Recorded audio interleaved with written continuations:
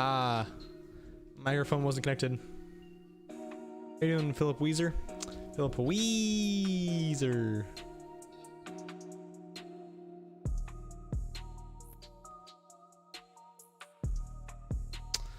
I've been talking for a couple minutes now, and I wasn't getting any response. And I'm like, what's up with this? There we go, the microphone was connected. Weezer.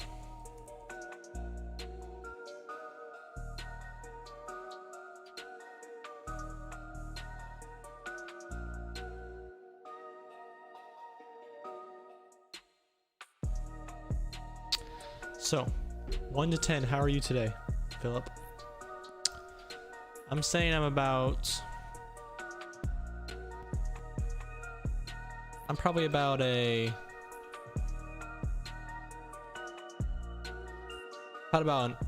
8 so far.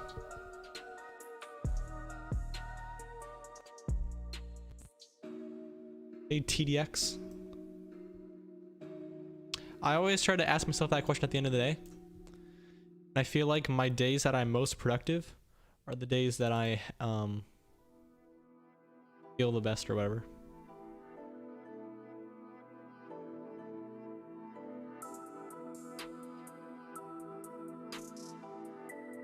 Hey 8-bit.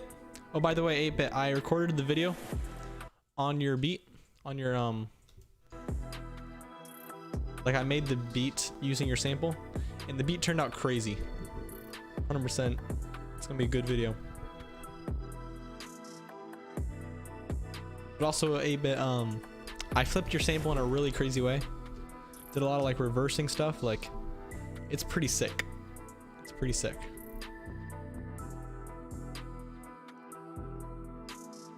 Ooh, history essay.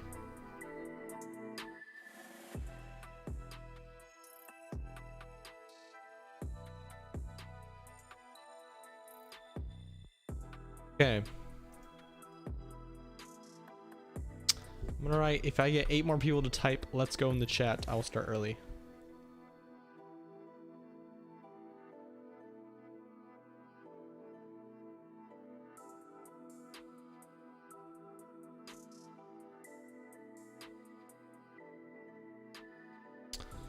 Actually, I'm gonna lower that number to like, I usually have 7 as that number.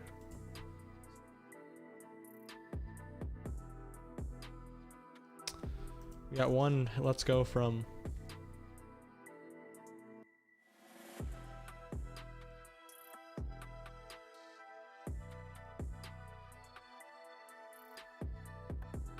yeah. That's a good idea. That's a good idea. 8-bit. You can throw together some sort of clip about how you made the sample, and then I can throw that into the video.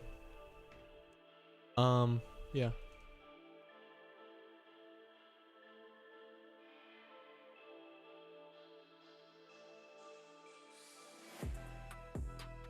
Okay, here's something interesting. Listen to this beat that I'm playing in the background. I'm gonna turn up the volume a little bit so you can hear a little better. I have this like kind of breakdown section that I've been doing a lot recently. I kind of like doing these breakdowns. Like, listen to this. Ready? Wait, back it up. Here's like the normal drop. I'm playing like the normal drop, then the breakdown, and the normal drop again. Here's like the normal drop.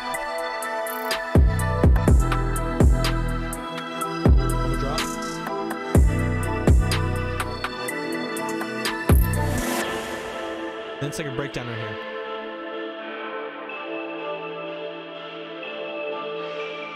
Like, it's actually pitched up like 5 semitones, and it's a lot of reverb.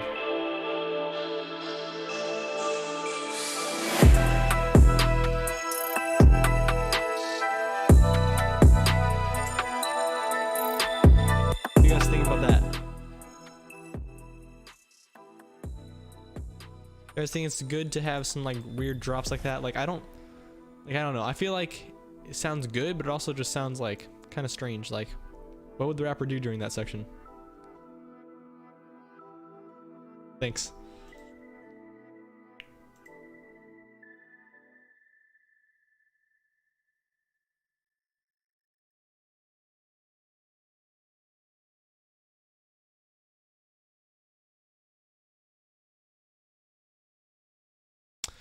Well, I have a good idea. Instead of playing songs that I haven't released yet, actually, instead of just playing songs that I have on my desktop right now, I'm gonna go into my album that's coming out tomorrow and I'll play some stuff.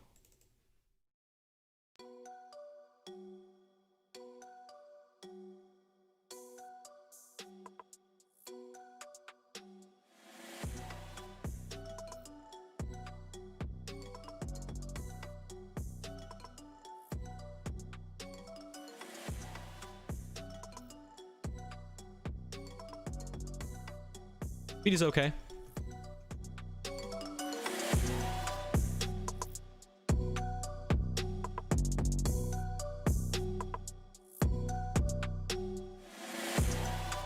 I like the drops, but I don't necessarily like the verses and intros and stuff.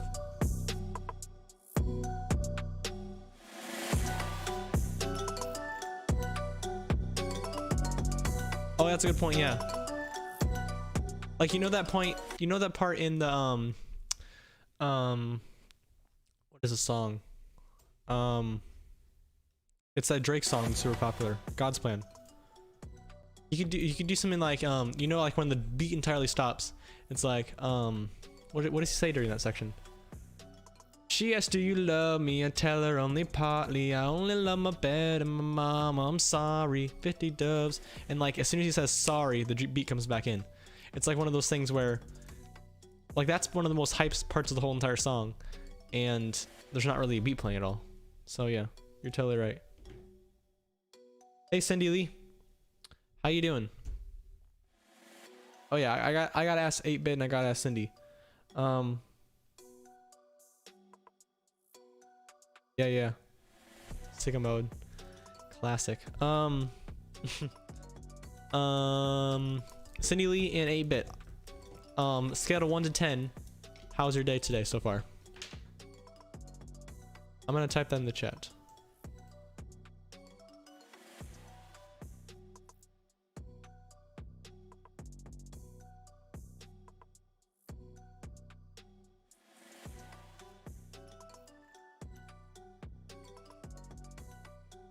We got a let's go from Cindy Lee. 1 to 10, how's your day?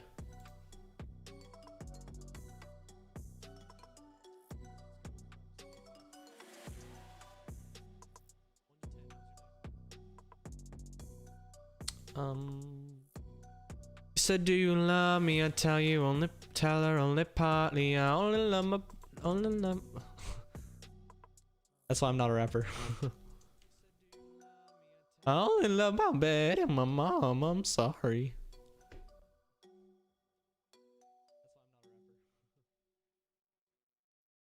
I only love my bed and my mom. I'm sorry. 50 dubs even got it tatted on me. I don't think a video can get copyrighted off of random 16-year-old's bad singing.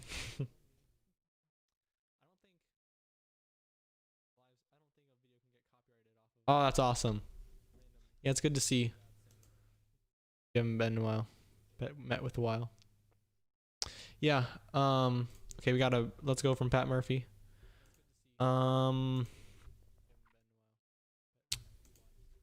Yeah, I'd say like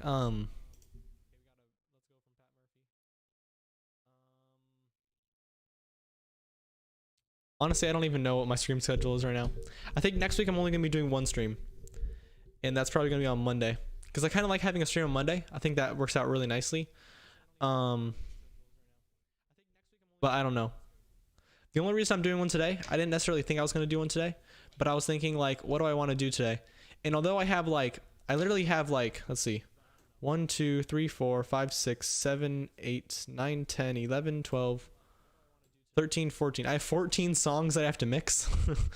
I've been writing so many songs in the past couple days and I haven't mixed any of them, so I need to mix these like 14 songs by like the end of the week or so. But I was just thinking this morning, I'm like, you know, I kind of want to make a beat. I don't really want to mix right now. So I was just thinking that in my head while I was getting ready for, oh shoot, I think my stream is echoing. So I was just thinking I want to make a beat.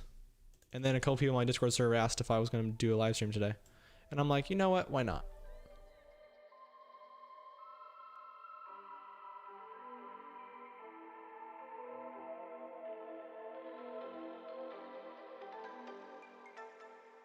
My day, I'd say right now it's about an 8. Usually, what ends up happening is that, hey, I like this beat. I mixed 4 or 5 songs yesterday. I'm playing the songs I mixed. Anyway, oh yeah, my beat is about an 8 or so. I would say, usually what ends up happening is that by the end of the day, it's a 10 because I'm usually very productive every day. And my days that I'm the most productive, I have the highest number of days, highest number. Yeah, yesterday, let's see, what did I do yesterday? Yesterday I woke up, I did some thumbnails for some videos. I set up the mixing template for like 5 or 6 songs. And then later throughout the day, I mixed 5 songs and I shot 2 videos. So that's what I did yesterday. Yesterday's video also. Oh man. Nah, you didn't have to. Just to hype up the release. It means a lot, dude. I have no idea what RSD even means. Or how much that is in dollars. But it means so much. Let's see. What is RSD? I'm gonna look this up. Because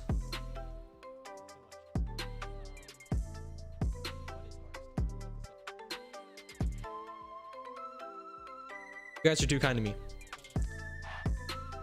Thank you so much, dude. I just make beats, and that's what I do. And today I probably should be mixing beats because that's kind of what my thing is. That's on my schedule today. So anyway, I'm gonna be mixing beats today, but I'm not gonna be doing that during the stream. During the stream, I just want to make beats, because that's what's most fun for me, and I just want to do that. Okay, so here's the question for you guys, real quick. In the comments, write up what is your favorite and your least favorite thing about making music? Okay, because like I've been reading a lot of comments recently, and I kind of have a common thread where when they start making their beats, they love it and they love making the beat, but they have a hard time getting inspired to start making the beat. You know what I mean? Oh, we got a let's go. So, do you have a hard time getting inspired? Is that like your least favorite thing about making the beat? Because personally, I have this kind of thing where I'm just like in a rhythm. Like I'm making a beat all day. I'm sitting in front of my computer like literally 9 or 10 hours a day probably. And maybe not that much, but basically, so let's see. What is my schedule? Oh yeah, okay. I'll play that collab beat, no problem. I have to find it first because I haven't actually exported it. I've just have it inside of Cakewalk. By the way, I did flip the sample in a really, really crazy way. Here we go. We got some answers here. Your favorite is making melodies. My favorite is melodies, and you hate making drums. I don't know how to start it. Really? Actually, I'd say my favorite is making melodies. But I don't hate making drums. I like making melodies because it almost seems like it's like every single one is slightly different. And it just really hypes me up when I make that one little change that completely changes the melody, and it makes you just immediately realize that it's like crazy. Like the melody sounding okay, it's okay.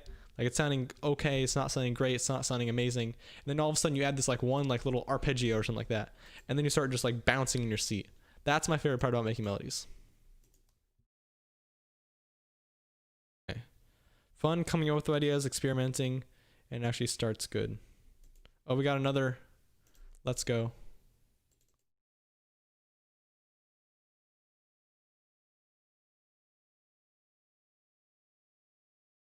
up with this audio stuff?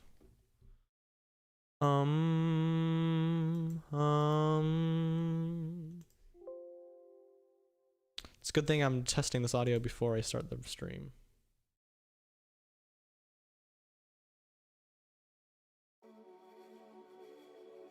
Yeah, I hear it on my end.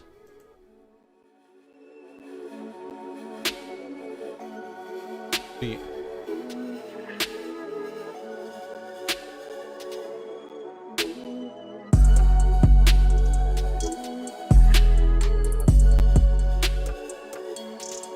Okay. Oh, we got another. Let's go. Time to start the stream.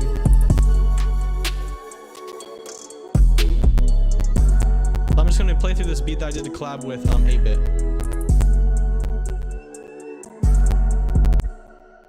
We're having some clipping sounds. As you can see, I recorded my entire video like this and it never had any audio problems, but now we're having audio problems. Okay, bad arranging and coming up with other parts for the song. Hate coming up with the bridge. Do that though. Gotta be creative for that part. World. Play.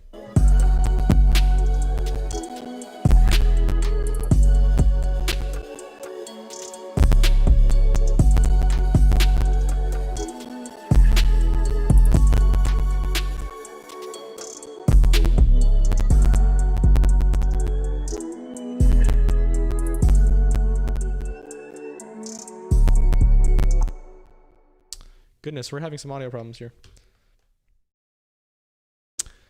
Good to see you, AZD. I'd say, I mean, there's not really any part that I don't like about making beats. Sometimes I'm uninspired to start shooting a video, but I'm not. Well, once I start actually like making the beat, like I'm lost in my own little world. Now it's clipping on my end too. I'm gonna start freezing some stuff because, like, I shot my entire YouTube video and I didn't have any audio problems at all. And then as soon as I start doing a live stream, things start going crazy. How about I freeze this? It can be from stamps if you use them on the project.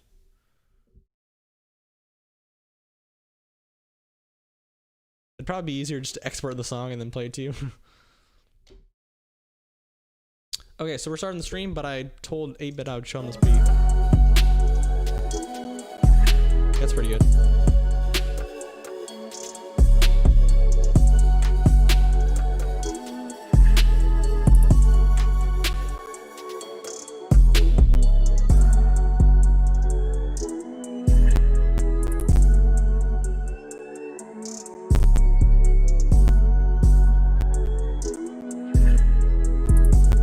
This isn't as crazy as I remember it being. With some good mixing, I bet this one would be good.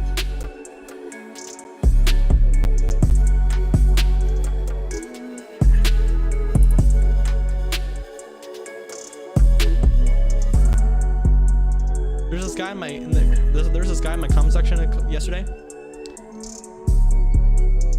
He told me to check out one of his videos. I checked it out. Yeah, basically, I did a crazy flip on the sample, and it's actually like not very recognizable.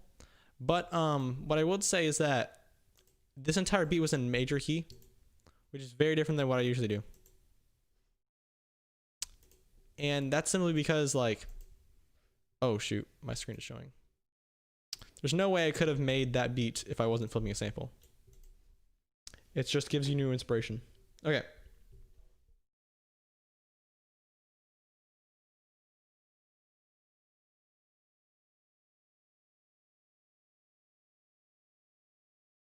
Yeah, no problem, Pirate Beats. Yeah, so Pirate Beats asked me about how to chop samples in Cakewalk, and I replied to his email and I also shot a video about it, but the video won't be out for a little while. Okay, so let's get into this. What kind of beat are we gonna start with? What instrument should I start with? Start with a VST or should I start with one shot? Definitely gonna start with obviously. Do any of you guys start with the drums first and then put the melody on top? You ever experiment with that?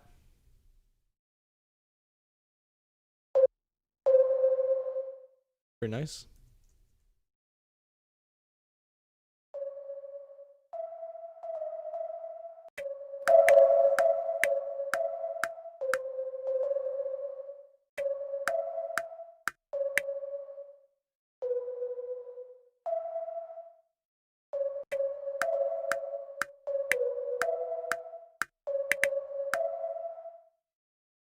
It's kind of a, I'm gonna change the key so that I know we're all in the same key.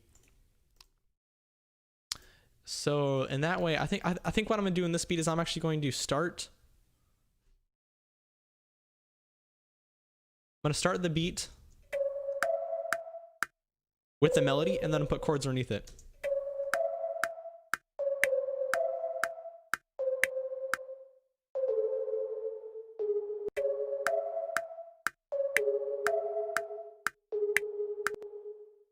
Starting with the snare. Never done that before.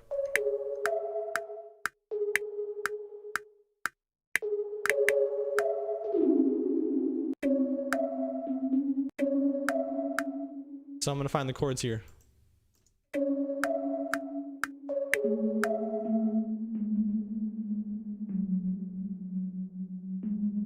And let's copy over the MIDI.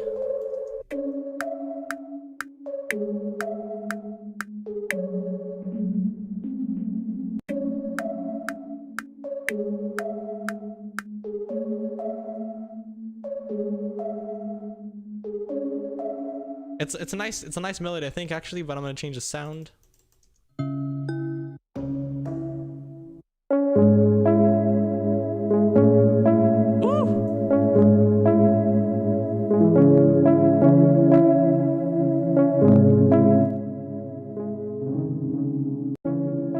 I need to hear this better. Ah.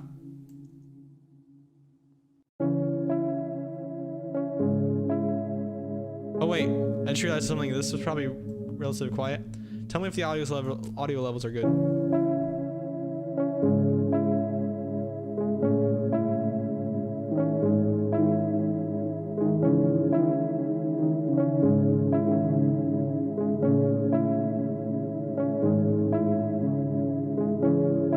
Hey, it's pretty sick.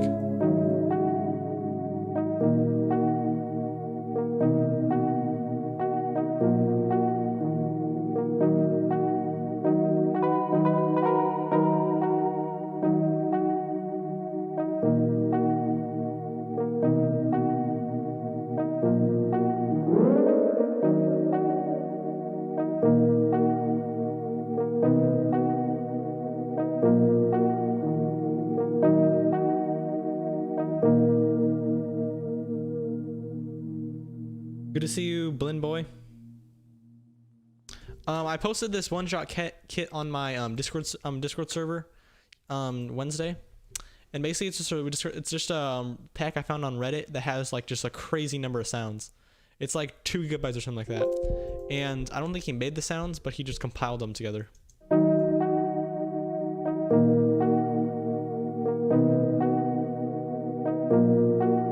Catch us up.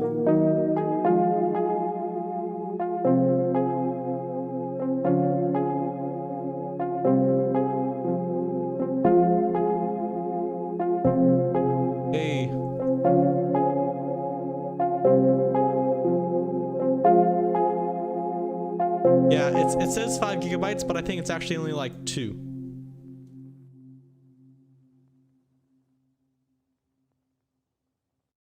I know a tiny bit of music theory. I mean, I played piano for like... I played since kindergarten, so I was probably like 5 or 6, so... say 10 years.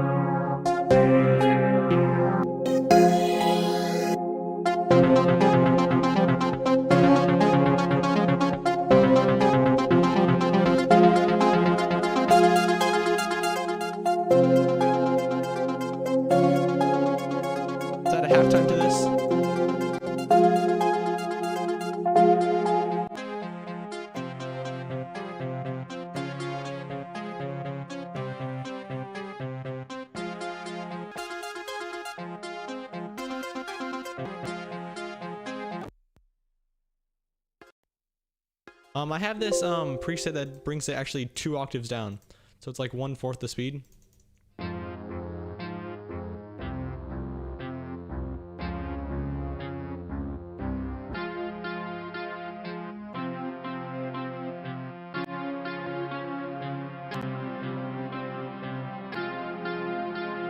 Hey Juan.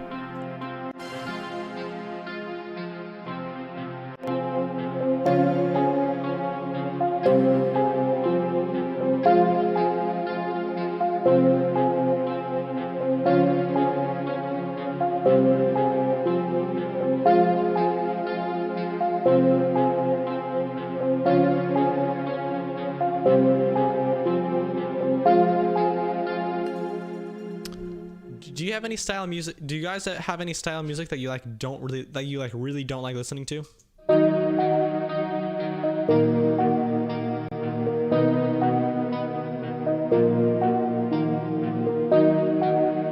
Personally, I can't stand listening to music that's like, it's like the pop kind of genre that's like literally like an acoustic guitar and a singer. Like, what is that guy? Ed. He has like red hair. He's a redhead. That guy's name? Ed. Maybe he's not Ed. He has a couple of pretty popular songs. Ed Sheeran. Wait, Ed Sheeran? Is it Ed Sheeran redhead? Looking for this flute sound. Yeah, Ed Sheeran, there you go.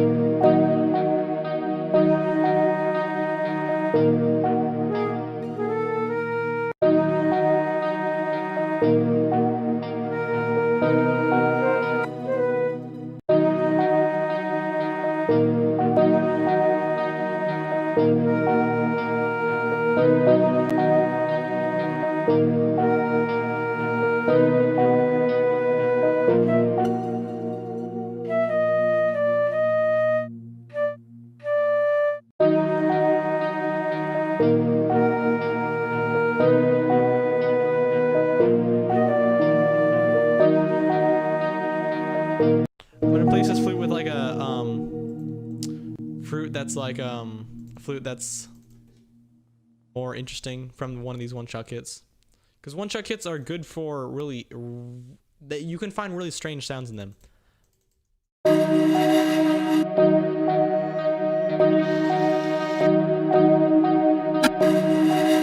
Yep, use this one.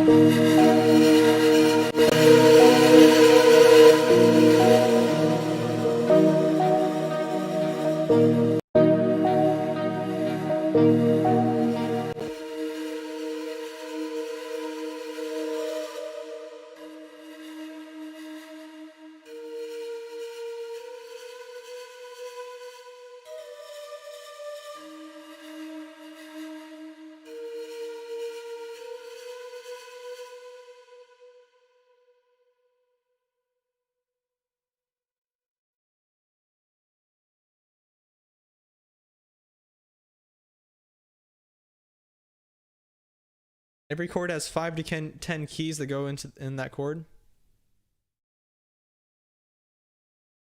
What are you saying that every chord has 5 to 10 keys? Do you mean like multiple like octaves of the same notes?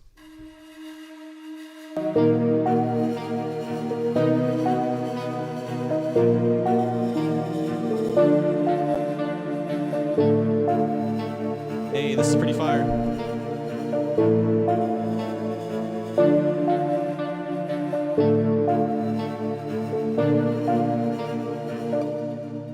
Playing just last chord so it's more interesting.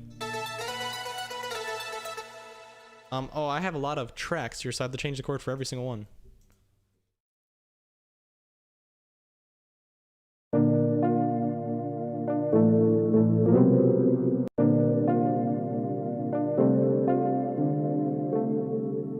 Okay, what did I just do there?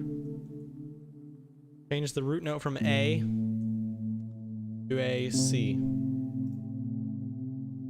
A, C.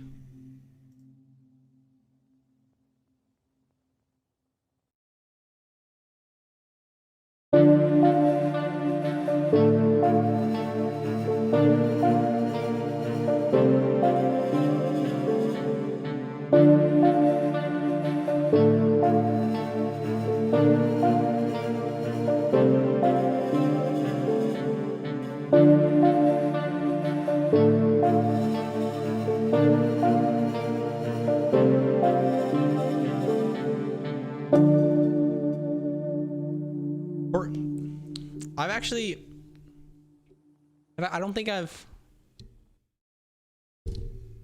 Hey Slushy, good to see you here.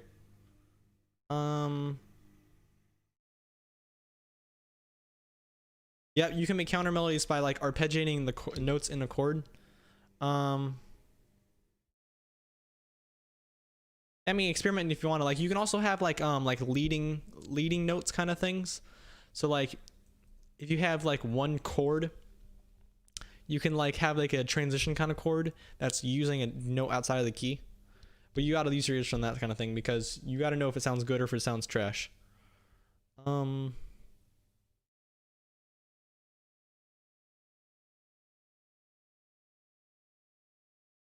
Okay,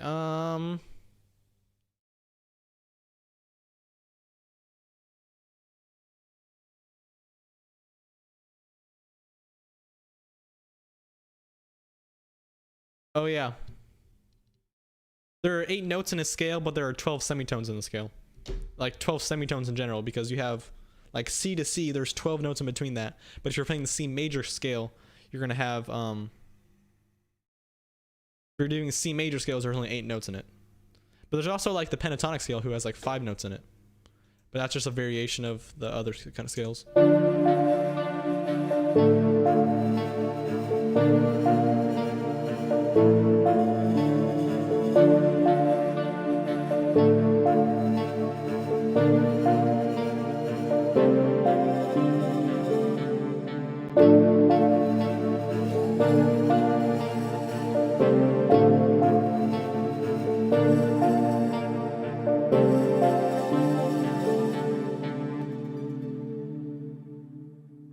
Thank you, Pratty. I'm liking this one so far. Okay, so here's okay. I have one complaint. I have 2 complaints about my new bedroom. As you guys probably know, I've moved into a new house. Well, number 1 is that my window doesn't cut off very much sound, and I can hear my neighbors mowing in the backyard.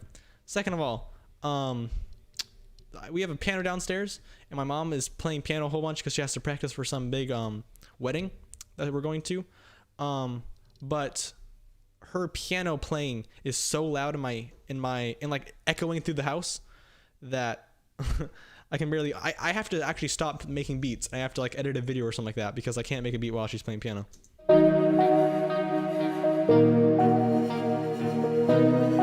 So I'm gonna add some sort of like some textures to this thing. Let's add isotope vinyl maybe.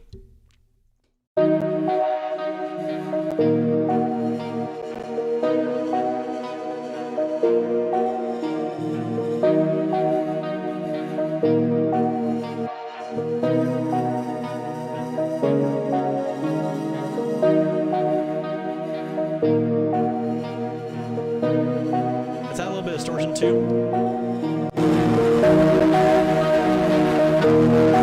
Isn't that classic more beef preset?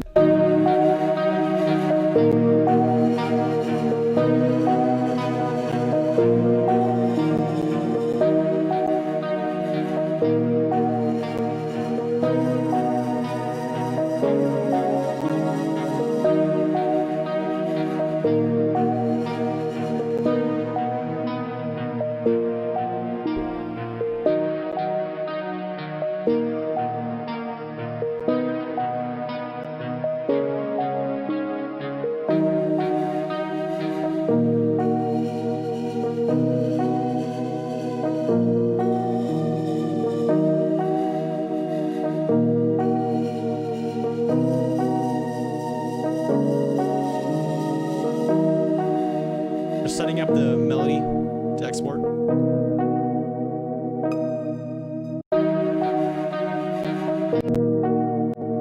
Okay, let's read some comments.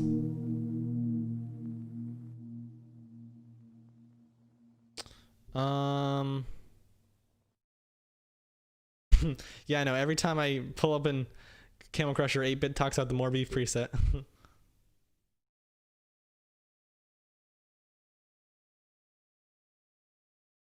You don't like this flute? I like this flute. It kind of sounds muddy with all these other stuff. I will admit that. Your before I'm exporting, I'm gonna have to mix things.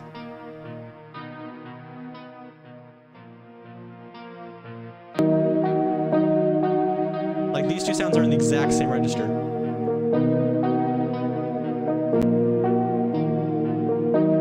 think I'm gonna take off Shaver Box, and I'm just gonna write a little melody that's doing that other thing.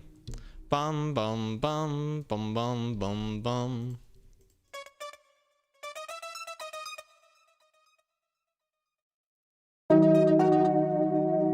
Find a new preset for this. Maybe we can put on like a guitar or something.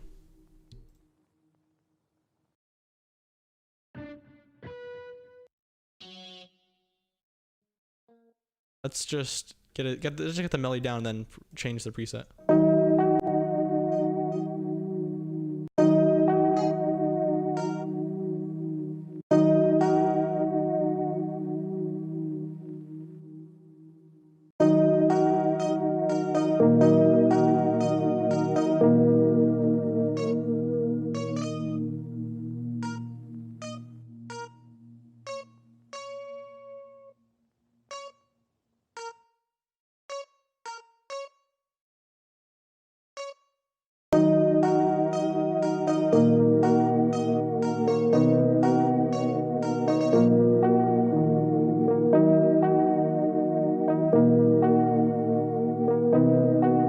I use headphones in the mornings when I can't use headphones because other people are sleeping.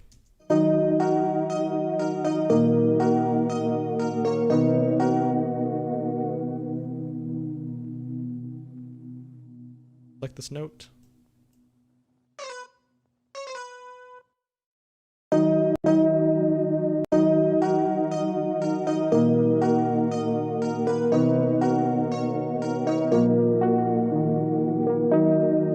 This section over.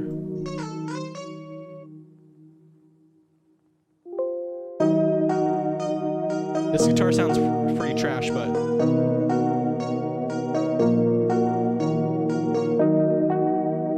it's just getting the notes down.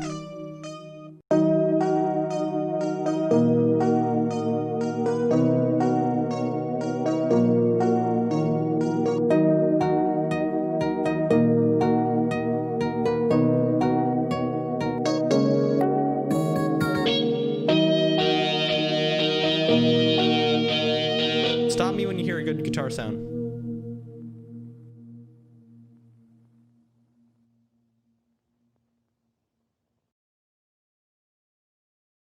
Cool.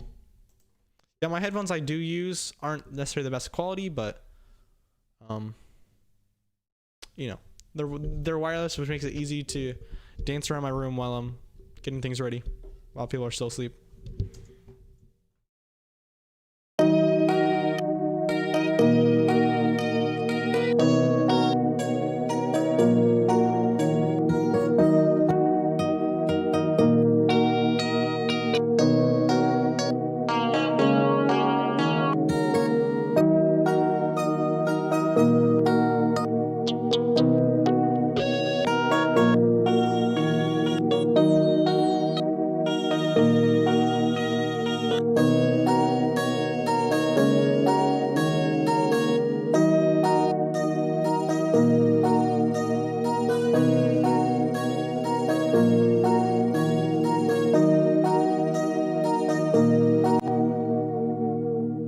Let's see, 28 euros. How much is that in American dollars? Like joystick? Okay.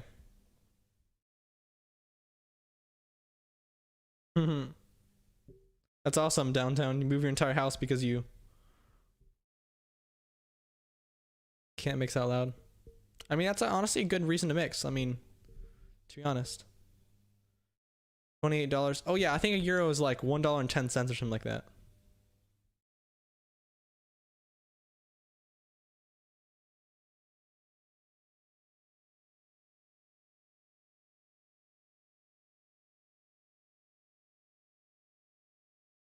I'll look into that. What is that called?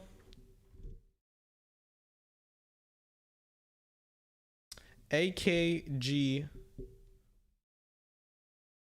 I'm using this little tablet to read the comments. AKG K5 AKG K52.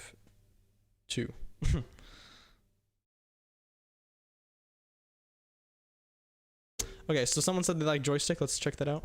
I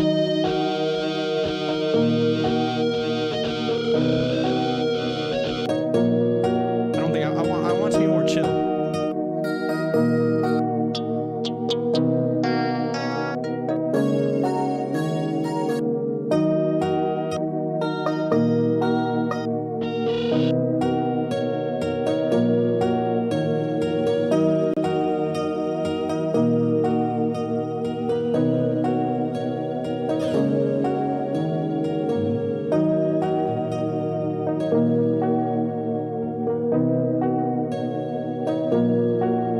Changing of the velocities.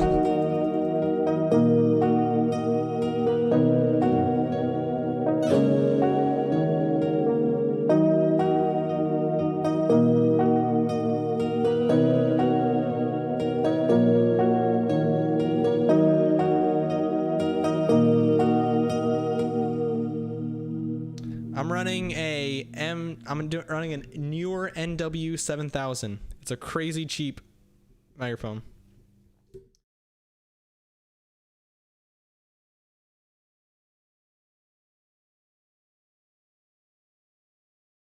Yeah, exactly. So we were talking about velocity randomizers last stream.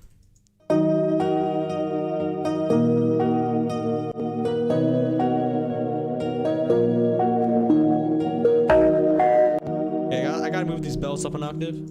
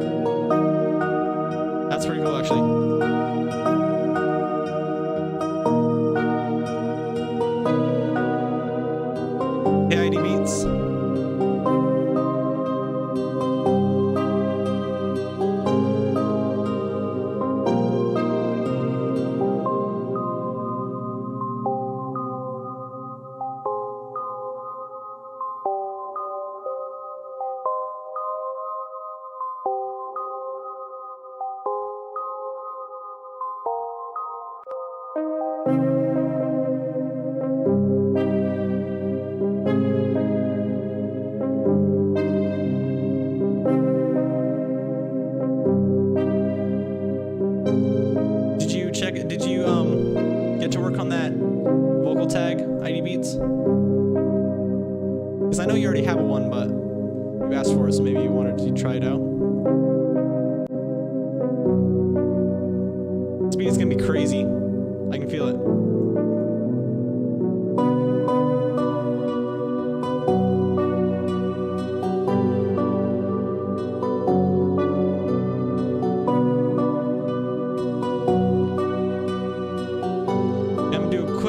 With this beat.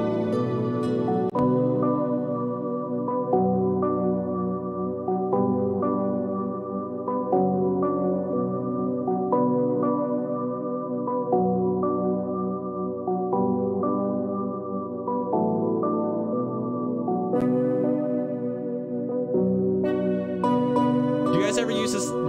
I don't know how many of you guys use Cakewalk, but do you guys ever use this little Pro Channel little EQ?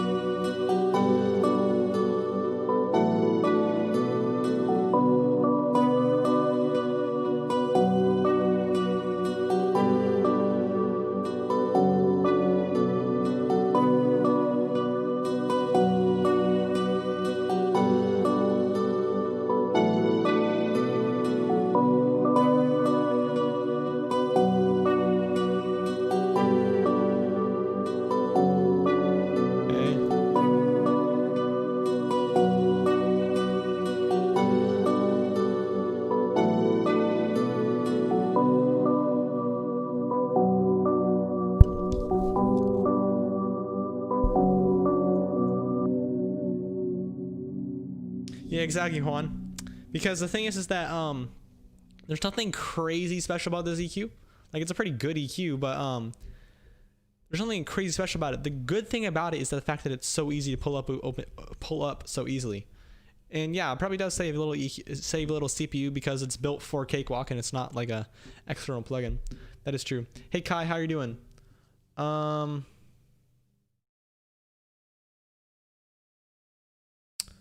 Kazrog. Why not? I'll write that down too. Do you guys think that RC20 is worth it? Because RC20 is like... RC20 is all the rage right now.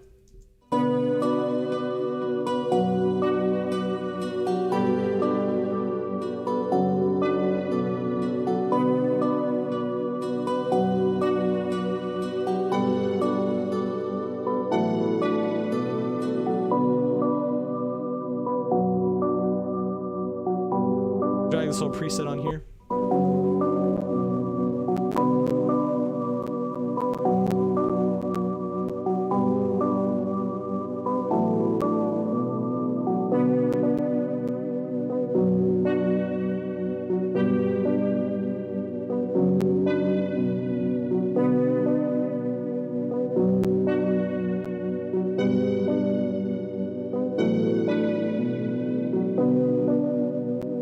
This RC20 preset right here, it's a plugin called Mishby by Freak Show Industries, and it works very, very, very similarly. The only thing that is that it's a lot more extreme. It's a lot more extreme than the RC20 that's built, that's like the paid version. Like if you turn this delta up like all the way, like I don't think you can ever make something useful of that. Just using it as like a texture. You can't throw something like that on the master or anything like that, or throw it on your melodies. Okay, is this melody done? I feel like this is done.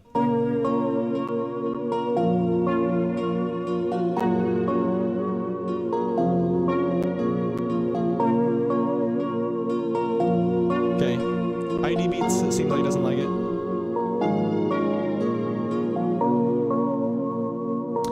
I have never used another DAW inside of Cakewalk, but I know there are people who do that. In fact, I've seen some FL Studio users route Cakewalk into FL Studio because they like some of the default presets, especially the guitar one. You guys know this TH3 preset? TH3 plugin? Someone with the guitar amps in it.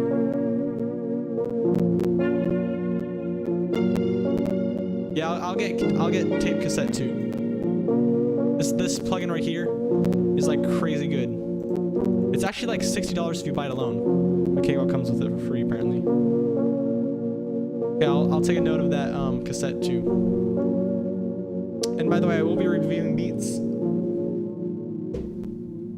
Oh, it's 9:30 already. Wow. I'll review beats right now. I'll do it right now.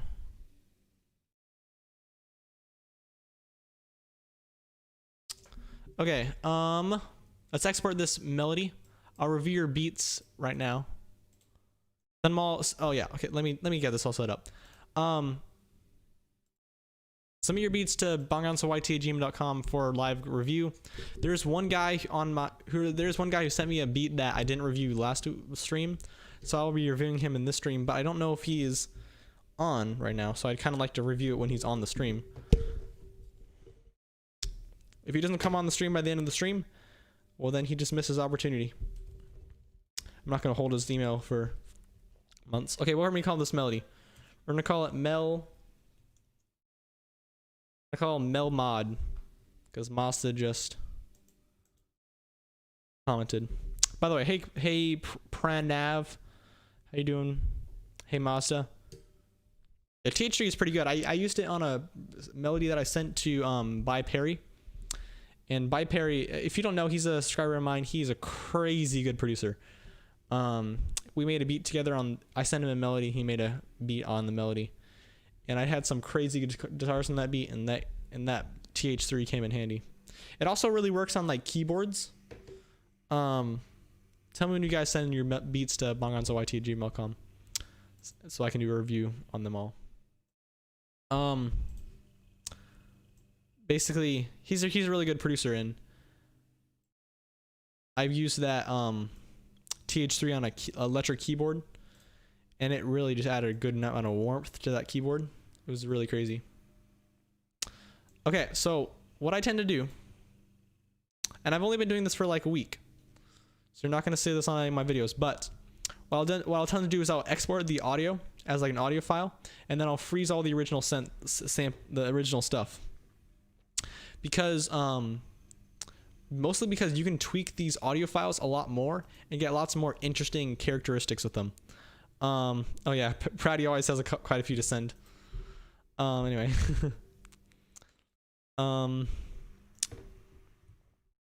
And partly because it does save CPU, which is one thing, but mostly because, and I've seen a lot of producers do this. Like, the only reason I thought of the idea is because Holy, he has his YouTube channel Holy, he does this all the time, and it's actually just crazy how good it sounds. How many more effects you can do? Oh, I forgot to mute the original sounds.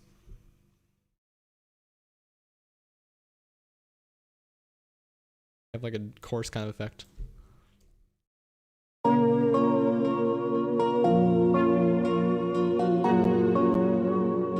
You can also do some transposing things in like live time. What if we transpose this up by like 2 semitones? Not in live time. Okay, I see that we have a couple of beats sent in, so I'm gonna review those real quick. Bum bum bum bum bum bum bum bum bum bum. We've got four emails sent in so far. And if Noach Avisadan Avadician comes on, let me know so I can review his thing. Hey Pratty, good to see you here.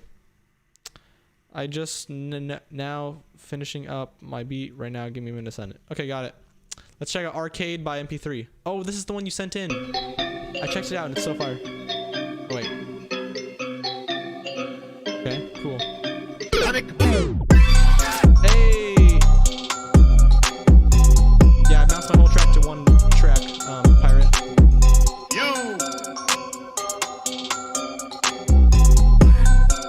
Hey, this is crazy good.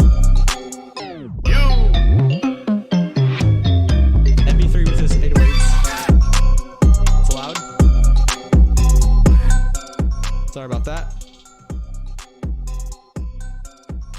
This is crazy good, MP3.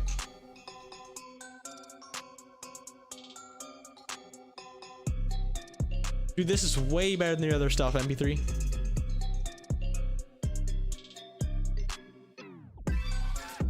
Hey.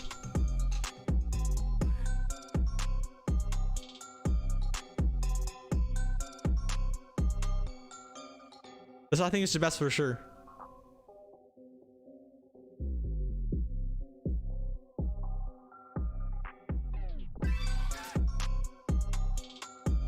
It's mixed really, really good too. I don't really know what to say. I really like how you come with the drops. I really like how you do the drops. I like your tape stop effects. This really seems like a bi-parry kind of beat. You know, like you're using all the same effects that you usually use. Using all the same effects that you usually use, and it just sounds really, really great. I like your delayed drops. I like your vocal chops. Honestly, that's fire. Maybe we can do a collab sometime in the future. Okay. These are a little different. The first one is kind of weird. Okay, let's listen to the first one then.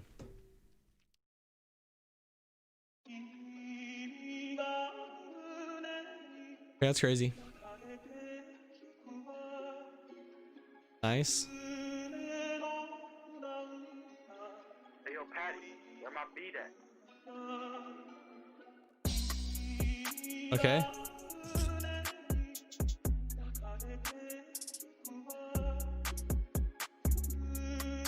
Nice.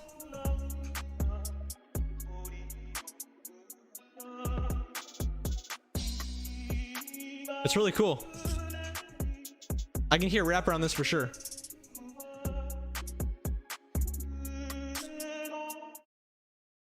Not sold a single one till now. Did you just sell beat ID beats?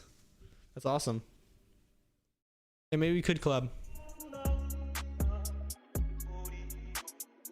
I'm not sure about doing video collabs though. I'm not against video collabs, but I just want to be stingy with them because I don't know. I don't want it to be just like collab on my YouTube channel because it just gets boring over time. It stays interesting for me for sure. Because I'm having more fun with collabs. Man, not necessarily. Anyway.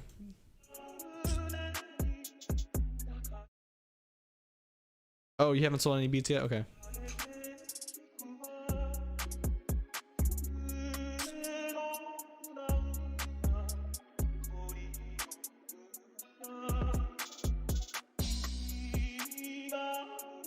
This reminds me of that the song Icon by Jaden Smith. I mean his sample is really crazy in that one. Wait, how does that sound go? Oh, I forget how it goes.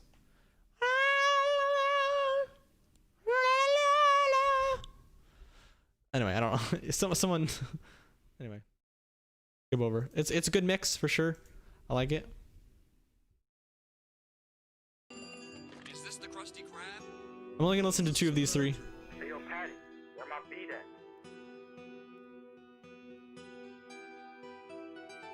Nice guitar.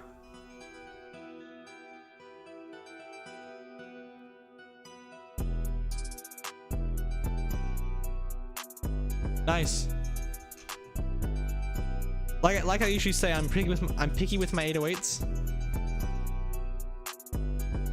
I'm picky with my 808s, but that one's okay. I'm not familiar with Gunna. I mean, I'm familiar with him, but I'm not necessarily. I haven't listened to his 808s on his beats, so maybe that one's a good 808 for that kind of style.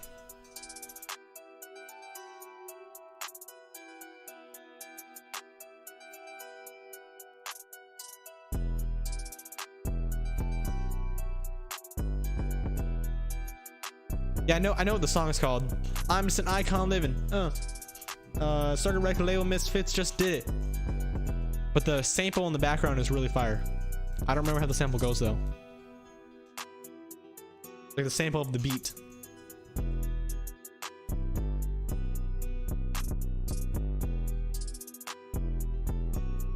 It's all good, Sashi. Still have time.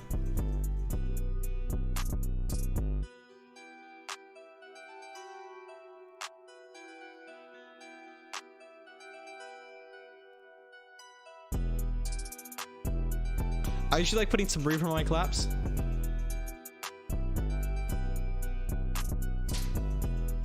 I like the mix of the last one a little bit better, but it's a nice beat. It's a nice beat. Okay, next thing, ID Beats. We got a video here. I'm actually gonna click on the video itself for the channel. I'm pretty sure I'm subscribed. Yeah, I'm subscribed already. Oh, sorry, it's really quiet. So that's my end. Oh, chill.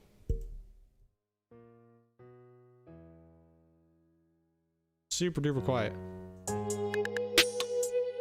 Hope the drop doesn't go super loud. ID Beats. Hey!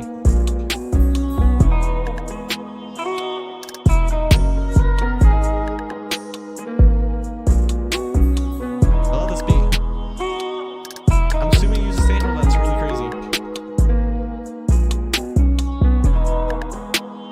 Hey, Proud 27 on that comment section.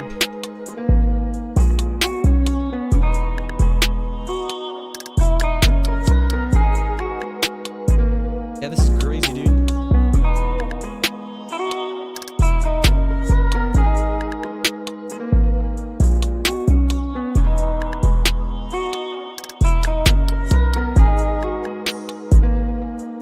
Okay, good. No just here. I'll review his beat soon.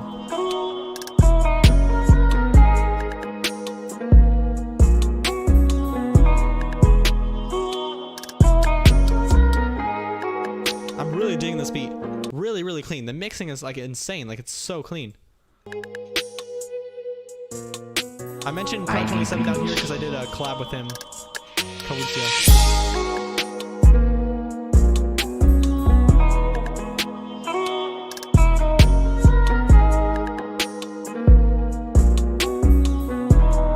This is mixed like so amazing. You should totally sell a beat, ID Beats. You're really good. I want to check how many beats you have on your channel. Average view count. Go. Yeah. I was watching this little Okay, I'm gonna start talking real quick because I have some things to say. I was watching this little thing by, what is his name? He's a big beat star. Like he's on BeatStars a lot. I'll say his name if it comes to me. Anyway, he was talking about how he sells beats because he's one of the biggest names on there. Shoot. I'm not gonna find his name. But he's just talking about how like he treats his making beats as like a 9-to-5 job, and he checks in at 9 o'clock and he leaves at 5 o'clock, and he says he makes more beats outside of that, but he always posts 2 beats a day. He's always doing this. He's always promoting his stuff around, and just kind of inspirational. Like, it's just kind of inspirational because like he is so committed to his craft that he's going to spend like his entire day there. And that's why I realized that until he mentioned that he's working as like a full-time job on his beat making, I realized that I'm like sitting in front of my computer like 10 hours a day too. And just kind of interesting, like it's going to take commitment. Like there's a couple I know there are people, and I used to be like this when I first started out too, who were making like 2 hours of beats a day. Like they'd spend like 2 hours making a beat. But really this is like a full-time thing. Okay, here we go. Oh shoot, ID Beats, we just reviewed your beat. You can go back in the stream a little bit and check it out.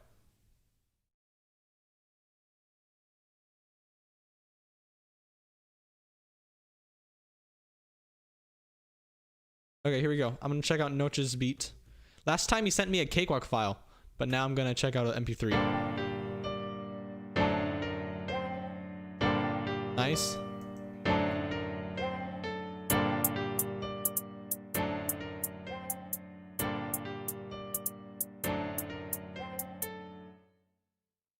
Okay. Interesting. Not a big fan of that clap. There's a lot of low end in the clap. I like your kick drum though. It's playing a lot.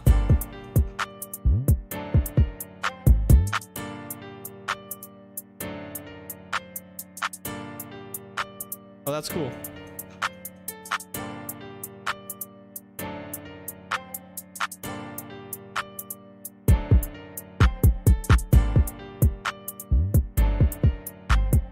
I can barely hear your 808 over that kick drum. I mean, your kick drum should be a little bit louder than your 808. Your kick drum is like super loud, I think. And your melody gets super like repetitive a little bit. It's an okay beat. Definitely better than my first beats. I actually rapped on my very first trap beat I ever made, and it was so horrible. Maybe I'll find it for you guys one day. It's really, really cringy. If you made the melody right there yourself, actually I think you did. Good chord selection. That's what I think the key is actually. I've noticed that most of the good beats that I listen to are all based around chords. You know, like I used to like spend it like just trying to tinker in a couple like normal notes, but really what's better to do is like lay down some chords and then build the notes around them. But it's a good beat. Keep practicing. You'll get there. I know you'll. Check out Slushy Vex. Are you gonna send over the beat, or is it on the Discord server or something? Did I delete that video? Yeah, okay. I don't really know how to continue this beat or what else I should add to it. Oh, okay. I'll check it out.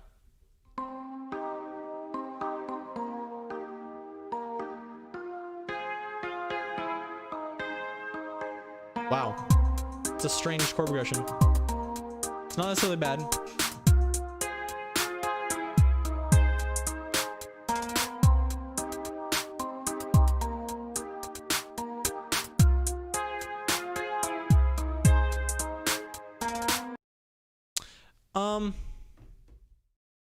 I don't really know. That's chord progression is kind of out there, which you can do an out there chord progression. It might work.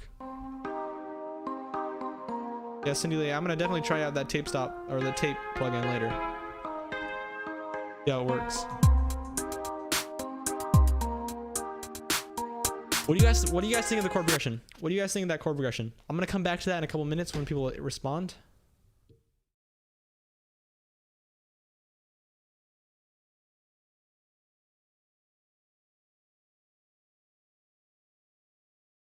School pirate.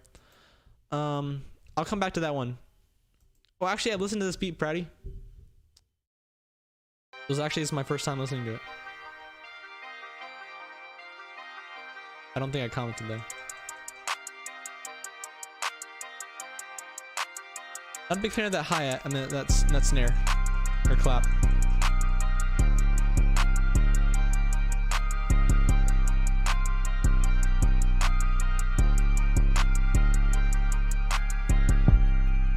Everything is in the same key now. On the speed, everything is in key for sure. Your melodies need a little bit more mixing work.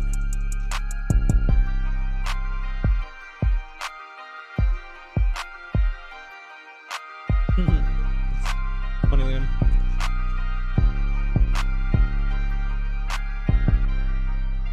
I feel like there could be just a little bit more mid-range in the sample or the loop. It's a very, very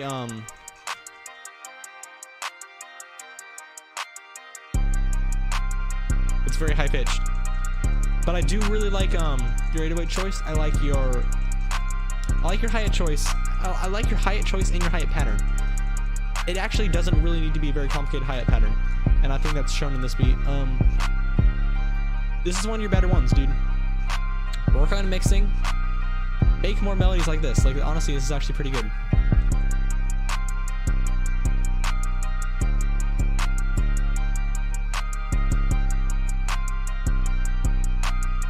What's a sample?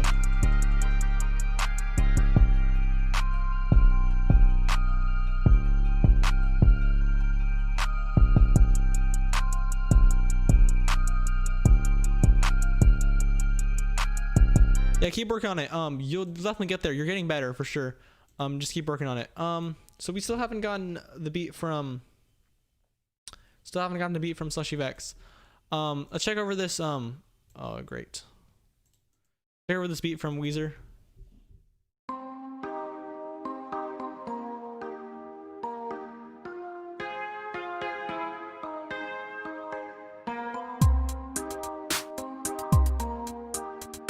Yeah, I don't really know what to say. I'm just not a huge fan of that chord progression. Just a lot of things going on there that don't necessarily have to be going on. Just keep working on it. Okay. Okay, so here's the beat that we have here, and I exported my entire melody as an audio file.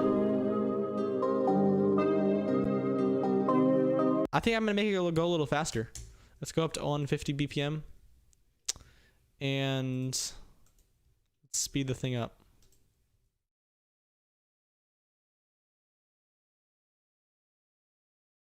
Then we can also add a couple of effects to the melody.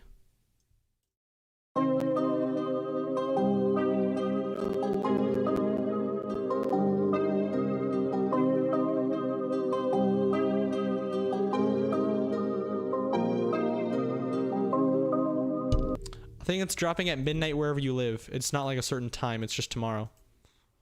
Okay, when you send in that beat, when you send in the beat Slushy Vex, I'll check it out. Oh, shoot.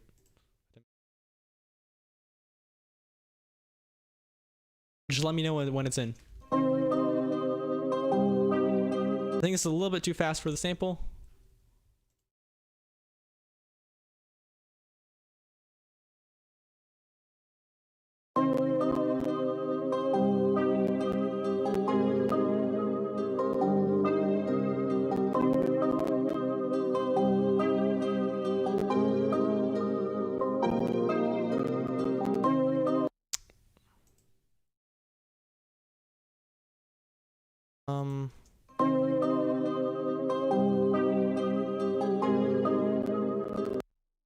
Let's get the 808 on here.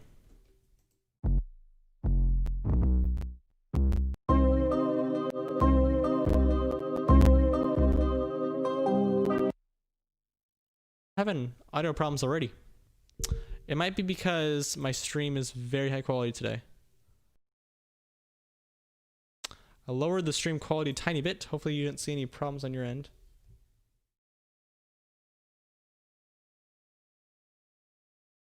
If we're all good. Yeah, I'll check the 808 in a second. I just had to fix all these audio problems. I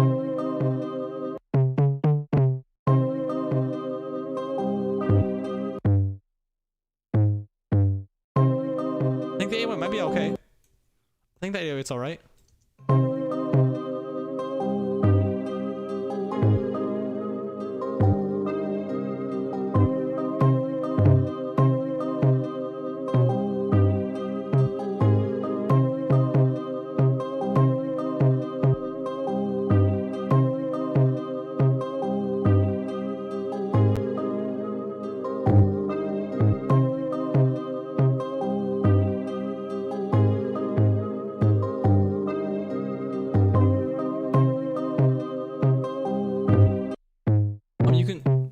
Are you trying to sell me a melody ID beats?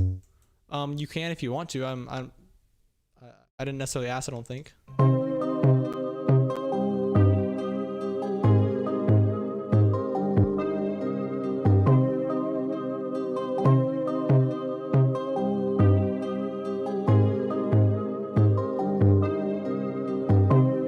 There's a lot of low end in this sample.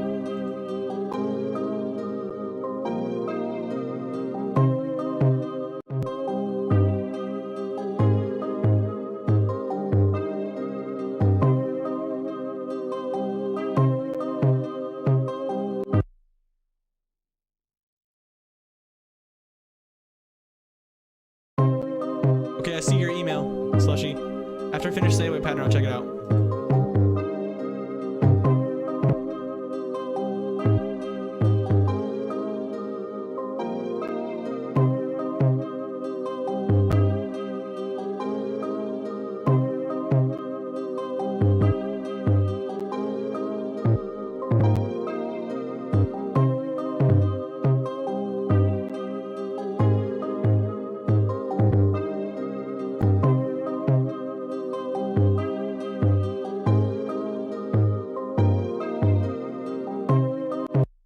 Okay, check out this email. So guys, I watched this video from his name was what? My live stream okay? Is the live stream okay, guys?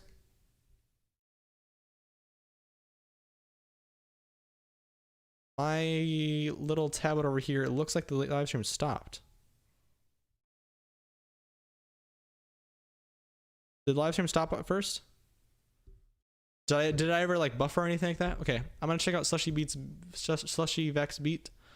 Anyway, first I'm gonna say I was watching this video from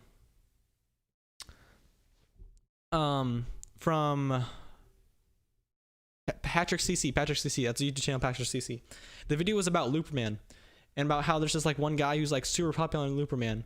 And like he has like produced like the melody for like 40 top hitting songs, but didn't get any like credit for any of those loops because he sent the loop on Looperman, and then like huge big name producers took the loop and put it on their beat.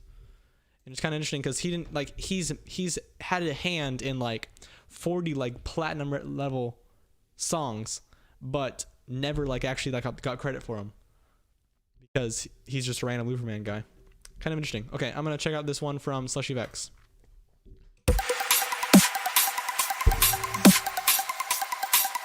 Okay, we got a bass boosted song, it looks like.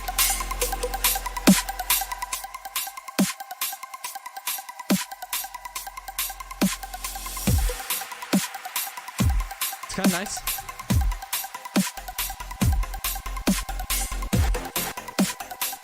Not sure if that stab was in the key.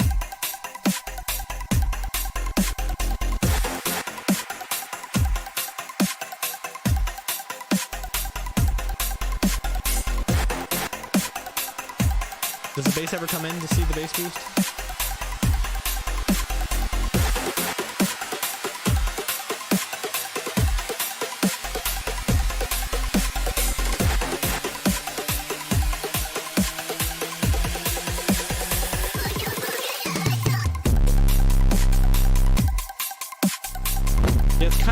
boosted. Usually when I think of bass boost, I think of like ear rape and just like crazy bass boost. The bass is a little bit louder than normal, but it's not like warning kind of level.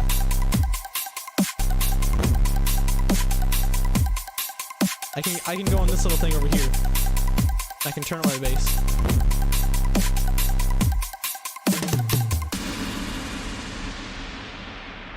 Fan of it. Yeah, but the beat was definitely loud. I mean, it's kind of nice beat. I don't, if you're critique on the bass boost, I used to actually bass boost some songs, and I used to first bass boost them, and then I'd put Camel Crusher on them, and I'd maybe play with the mix knob to make sure it's not crazy distorted, but just making sure that it has like the grittiness that a bass boosted kind of song usually has.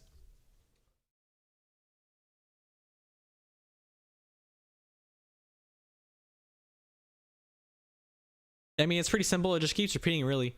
Keep working on it for sure. You're getting better. Like hearing your first beats compared to this, like I like your kicks. Snare's good too. I think your sound choice is pretty good. Maybe just a little bit more production in the beat. Know what I mean?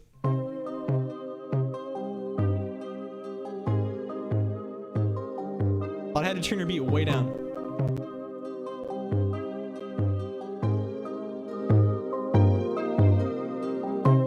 Okay, now turn this down.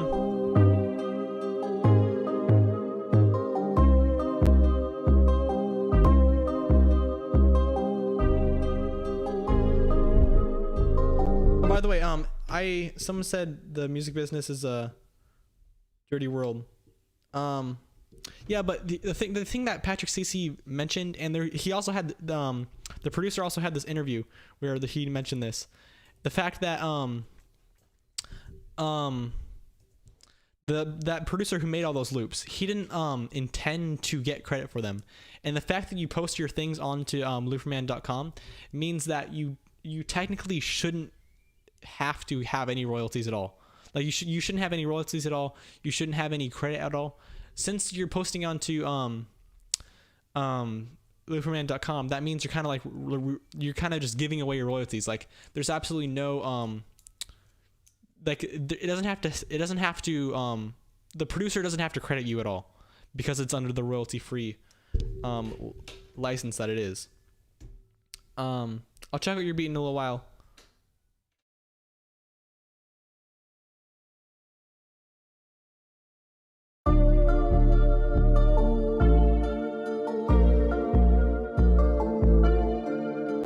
And the producer who made the beat, who made all those loops, he seems to be perfectly fine with just giving away his loops for free.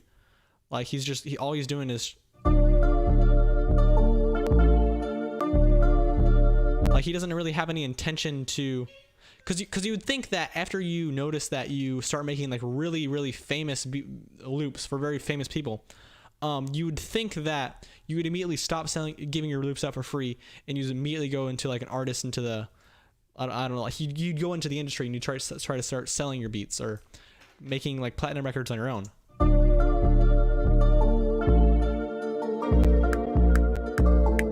But that's not really what the guy wants to do. He just wants to make beats, and he just wants to make loops and give them out to the community for free.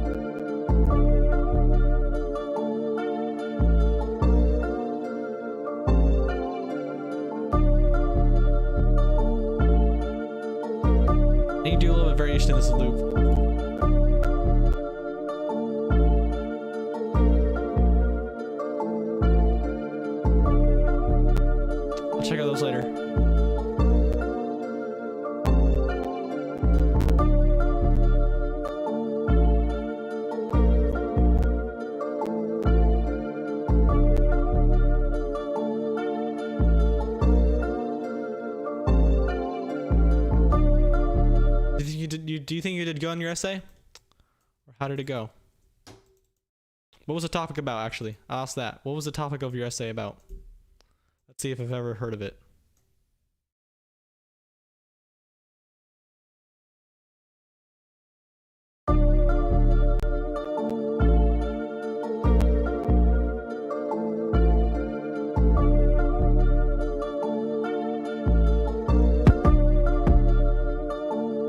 Silk Road. Yeah, I mean, I know as much about that as like you learn in like you learn about the Silk Road in like 5th grade. It's like the trail between like the Middle Ages kind of area to China. Right?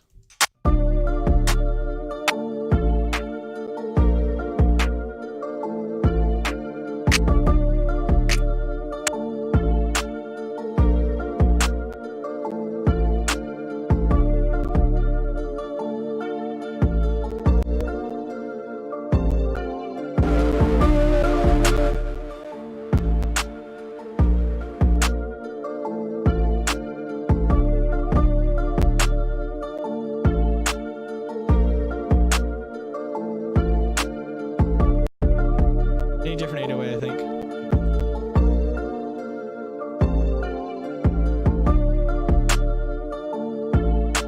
Yeah, exactly. Group Deja.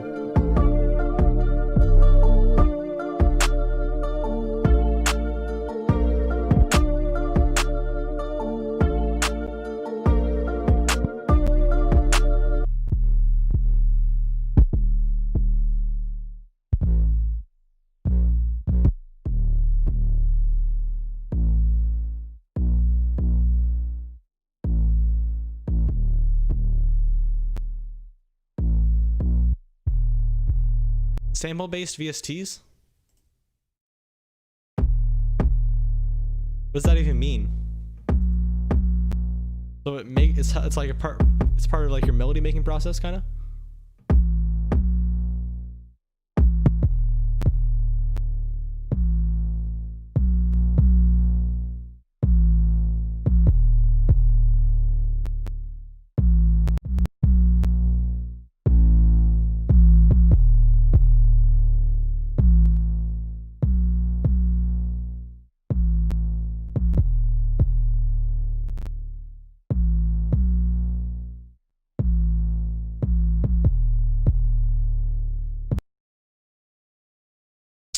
Okay, let's read some chat. Hey Gabriel, how are you doing? I'm gonna just take a picture of that that name, the cream. Do you know what the VST is called, or should I just check out the name? Oh, okay, I understand what you mean.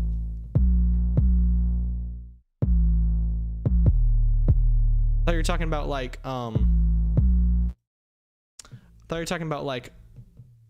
like loop kind of based. Sorry.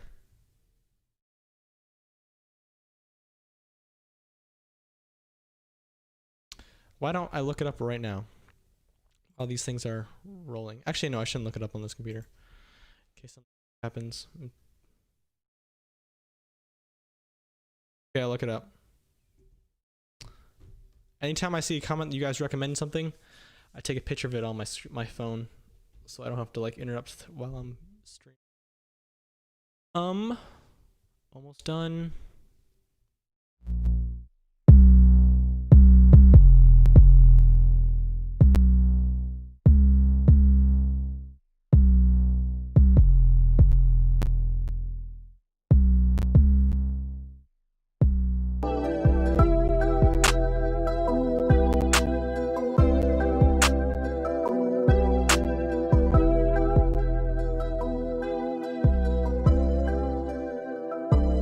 Not a big fan of this 808. I'm not really sure what's going on here.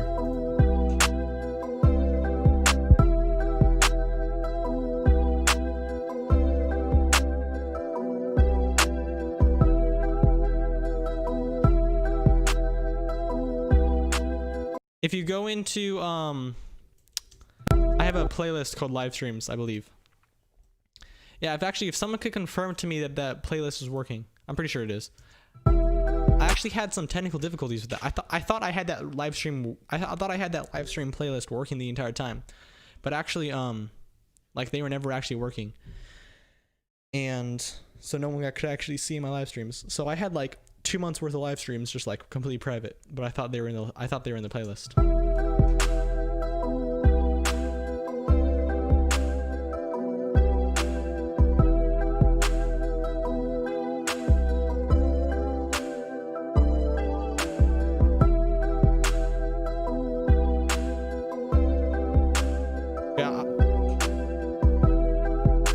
I'm gonna check on that. Yeah, I'll check on that playlist later, because I found out that they were all private, but I thought I fixed that, but maybe I didn't.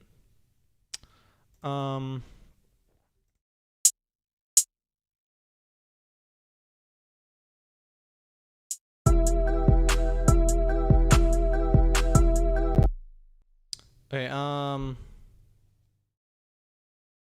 what is Contact 6 player?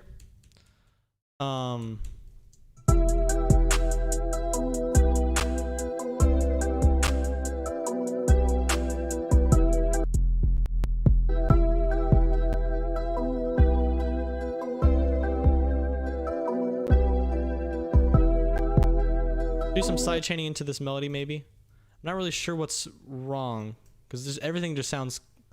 This melody just kind of sounds bad.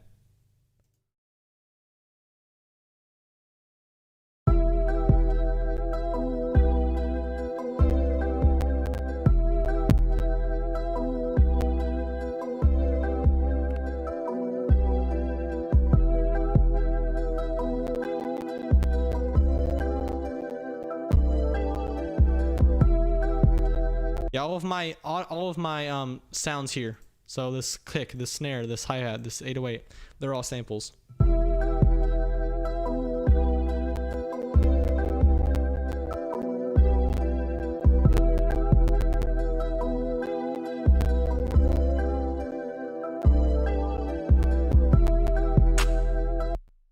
gonna choose a different snare, different clap.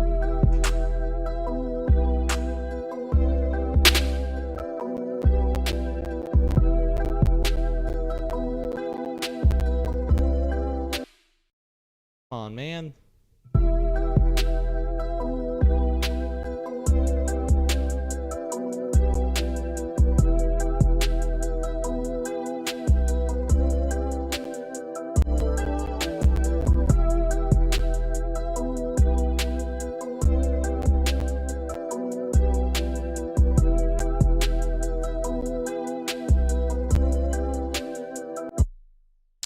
Alright, do you have Contact Player the free one or Contact Player the $100 one?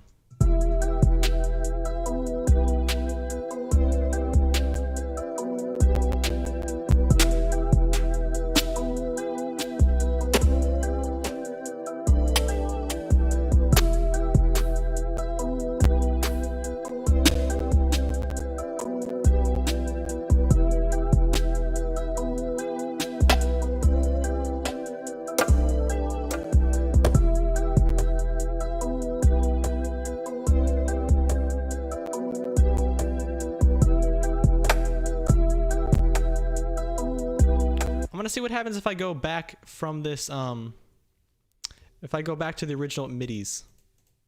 Because this, I think I mixed this melody bad.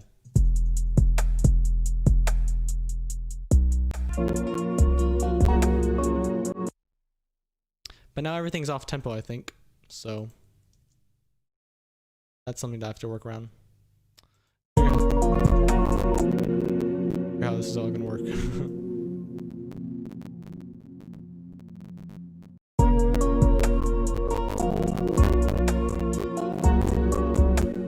Oof. Audio problems.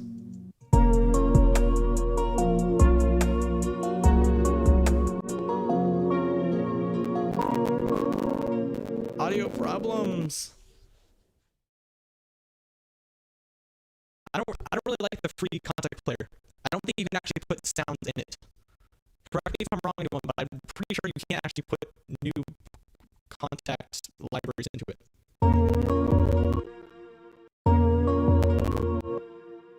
Just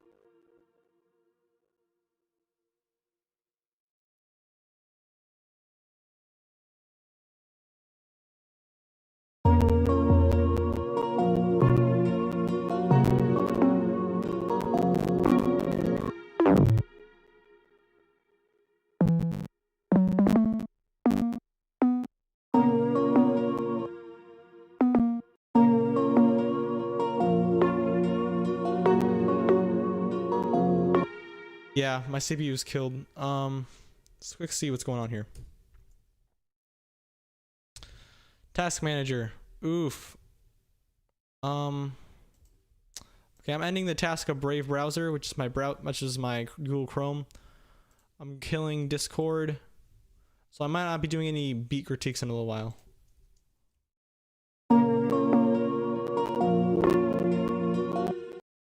Goodness gracious. My CPU is a i5 8400.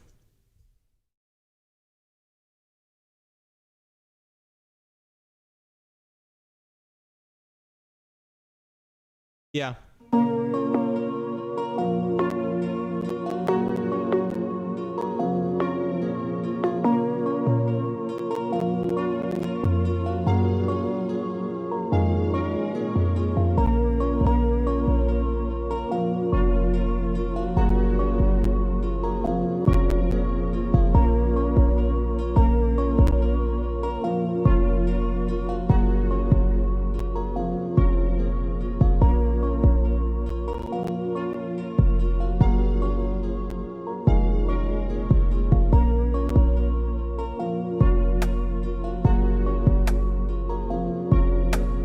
The swim shot is horrible.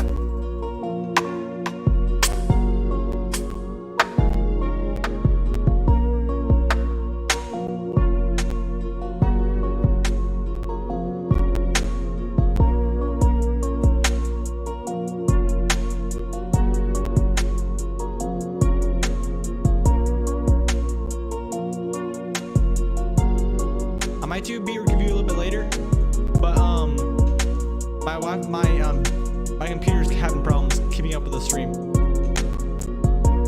and opening up Google Chrome is just gonna make things worse. Let me get a little bit comfortable with this beat, and then I'll do a review. Yeah, I've never used a snare like this before. I'm gonna try to add a little bit of a clipper to it.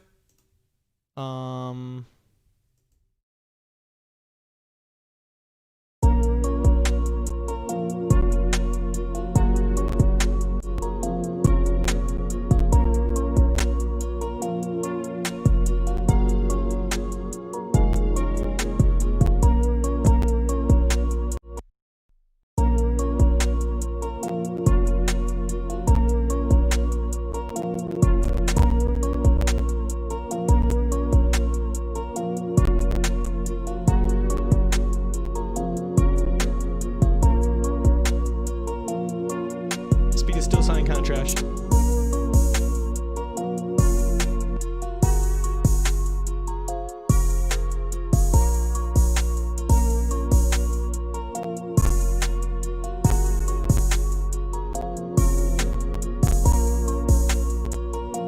I'm gonna try to pitch this sound up an octave because it's just clashing with the 808 too much.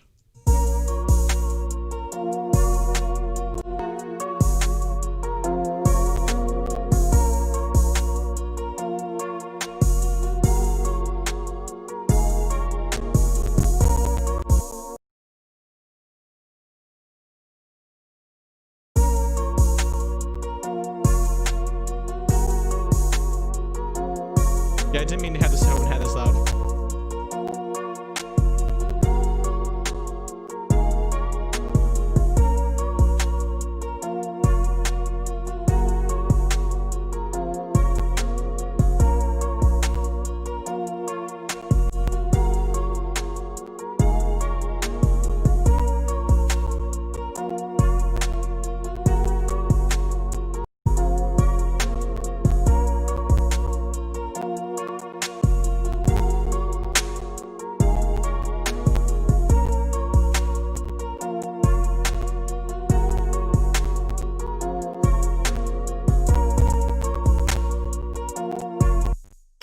Goodness.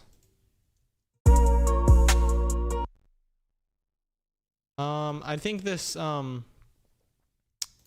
snare needs a little bit of stereo.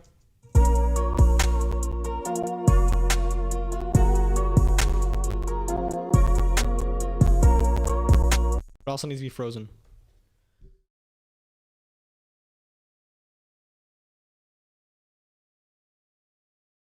Hey, Leo Costa. Okay, there's too much high in this snare. Neutron is mostly for vocals. What do you mean?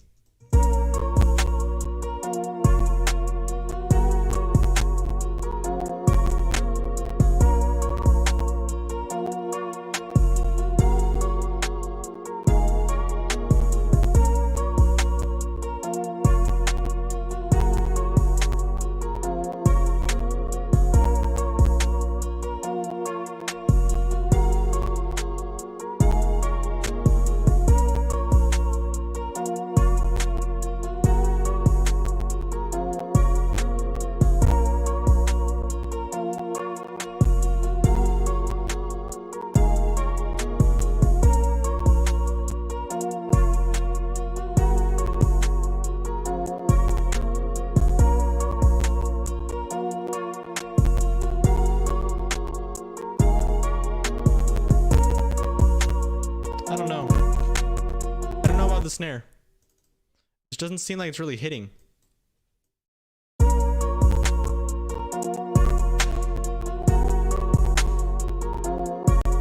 Try changing it.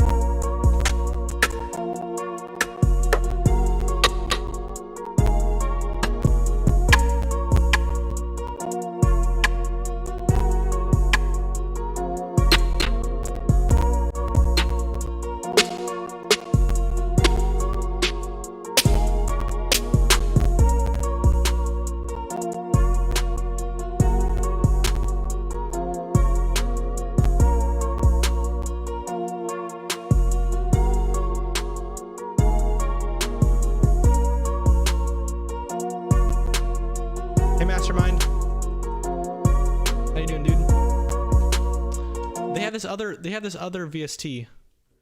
Neuron Nectar Elements 3. This Nectar Elements 3, this is definitely made for vocals. In fact, you can't even like turn it on without like choosing your vocal type. But I don't think, if you go on their website, like Neutron Elements 3 is supposed to be like the mixing kind of like suite, like all-in-one plugin. It's not necessarily just for vocals.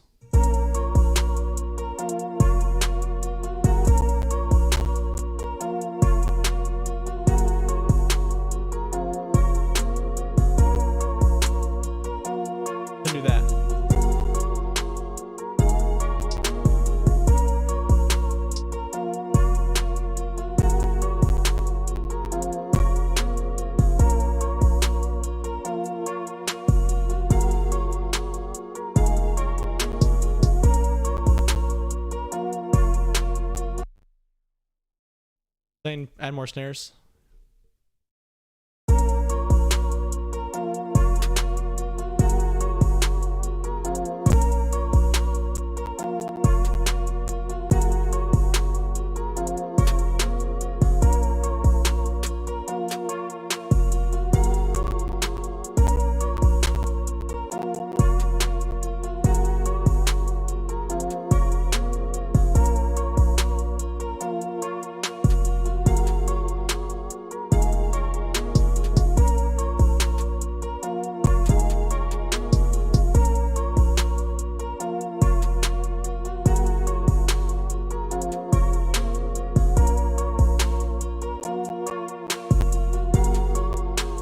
I thought Ozone 9 was like the mastering suite.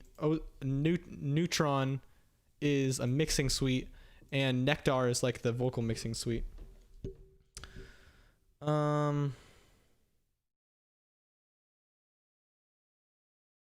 Hey Gabriel. Just keep working on it, Mastermind, you'll get it. We just need more in this kick and 808 thing. Kick and 808 kind of thing. A little bit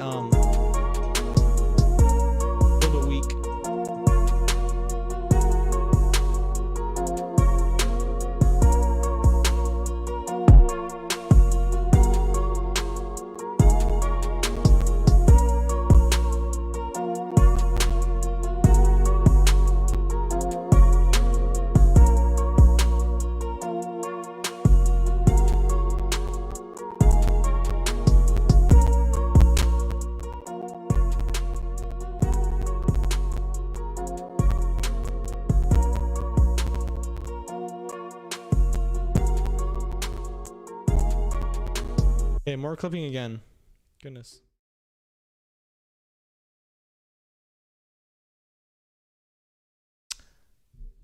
When I'm doing my mixing, like I'm doing like dedicated, just when I'm doing like a dedicated time just for mixing, I really enjoy using Neutron for almost everything. But like you said, like it's all whatever you feel like using. Like, to be honest, you can get most things done just in the box.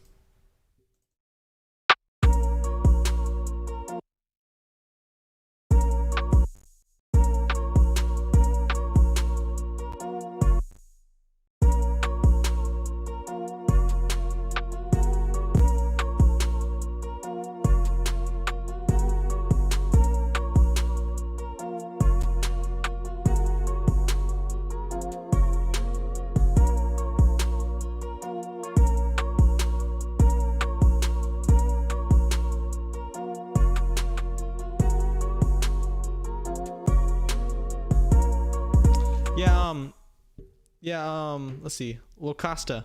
I saw you commented on this other Cakewalk YouTuber. I was just going through some Cakewalk YouTubers this morning, and I found your name as like one of the, like you were just one of the commenters, and I said, hey.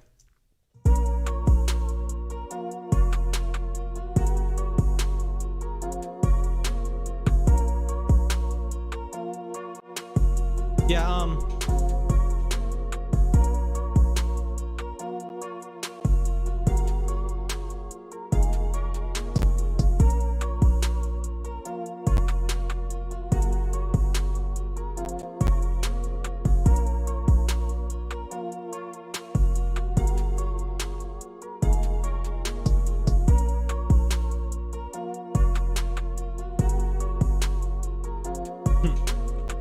yeah, XELO.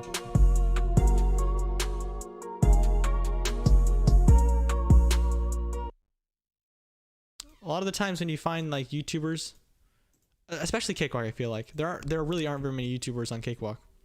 So it's either you find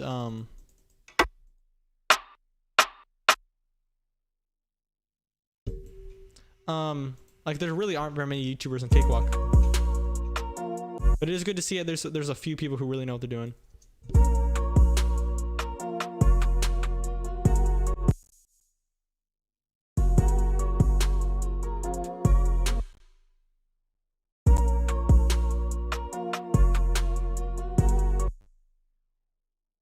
Yeah, that is true though. ID Beats. There's a couple analog stuff inside of Cakewalk. Especially in the pro channel, and it really does make a difference. Like I could use like a distortion, like a digital kind of distortion, but I tend to just like follow immediately towards like a tape emulator or something like that.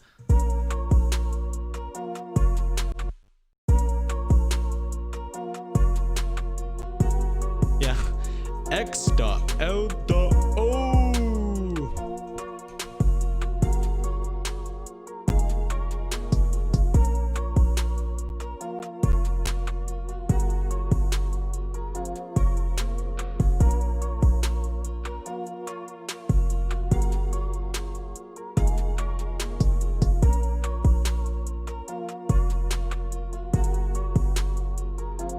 Not a huge fan of this melody. Speed is is really simple. I mean, I like the melody, but it's just, it feels like I'm kind of playing it safe in this beat.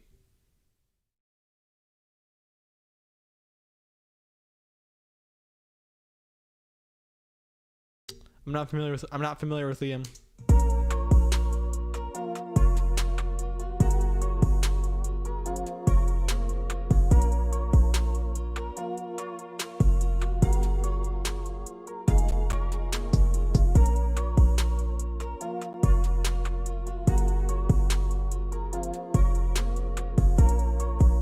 Yeah, I do know White Sea Studio.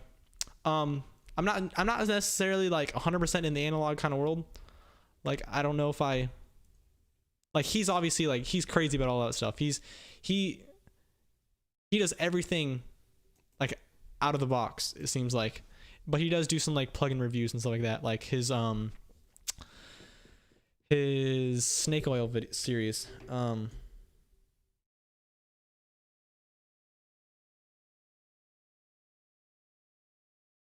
Yeah, the simple can work well for sure. That's right. I'm gonna do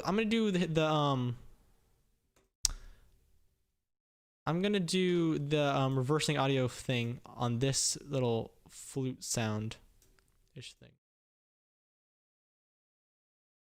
See how this is gonna work.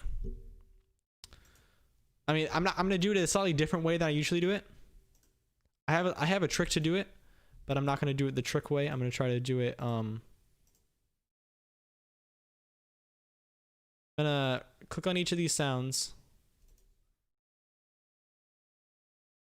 I'm gonna make it so the end of the sound is where the next note begins. And I'm gonna reverse each of these individually. So it's like technically like a more true reverse.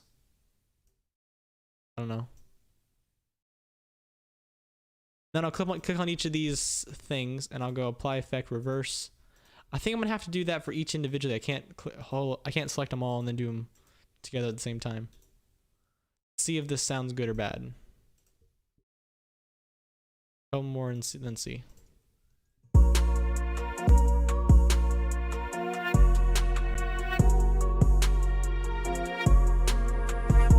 That's kind of cool. I'm gonna have to do some mixing to that because it kind of sounds weird, but it will be cool. This beat just kind of seems a little bit feel like it sounds like I played it safe. Kind of make it more unique.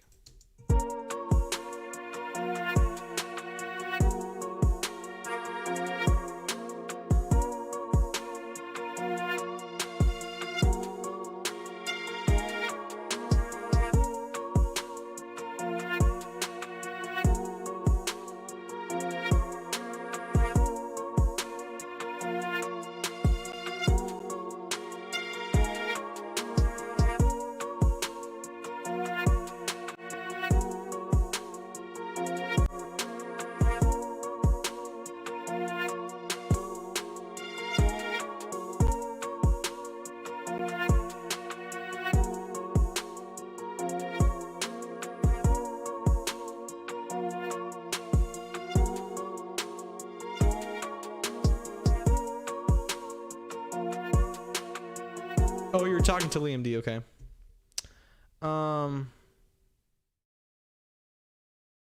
MPK Mini 2 is cheap and good and comes with free synth software. What do you know what synth software it is?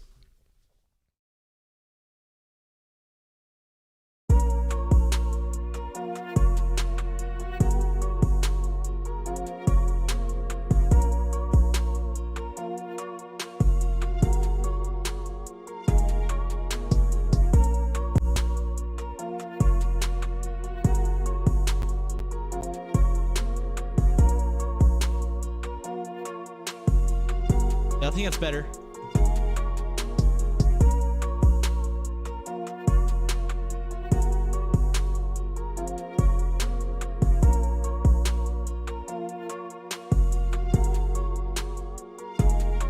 Oh shoot! Donation. Oh, thank you so much, dude. Thank you so much for Mictor Mananen. Dude, I can't believe this. I can't believe I didn't see that. Love your work. Your tutorials are helping me a ton. Honestly, dude, if we have any suggestions for tutorials, it's actually hard to come up with those things.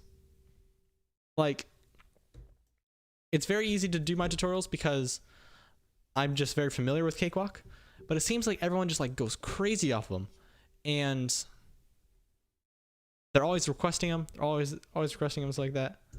I don't know.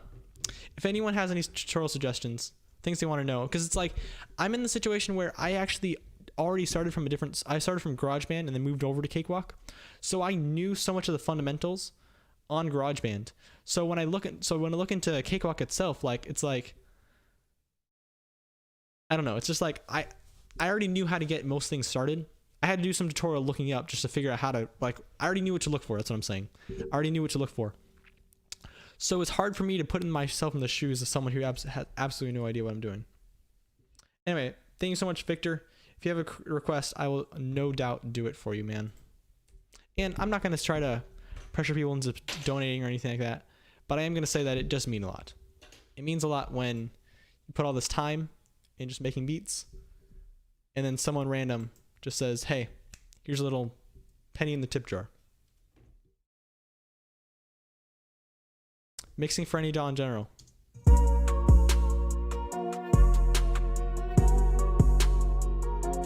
Keep that in mind. I'll write it down.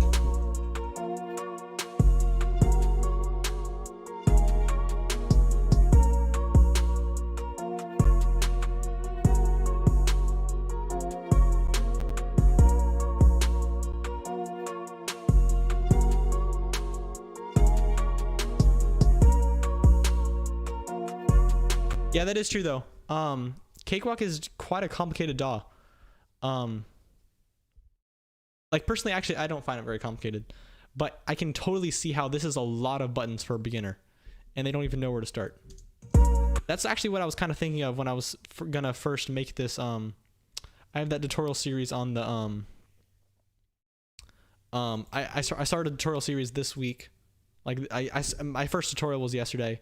Second one is gonna be today.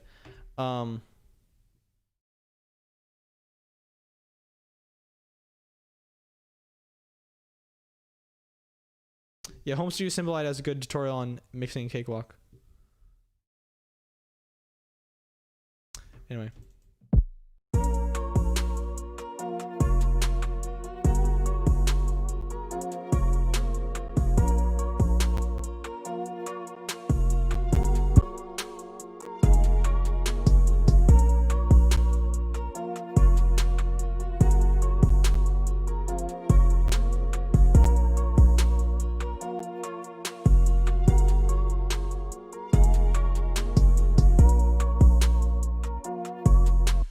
There's a workplace to basic? How do you do that? How do you do that?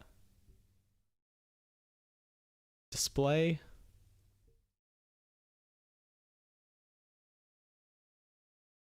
How do you do that?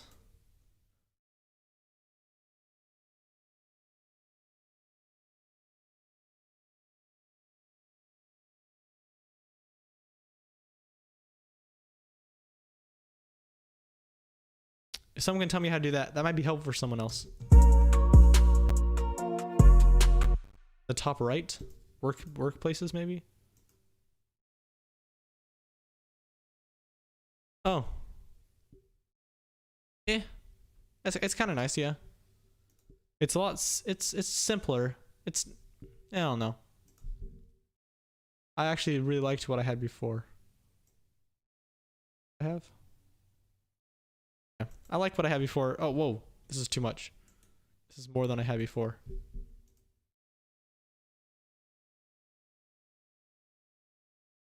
Oh.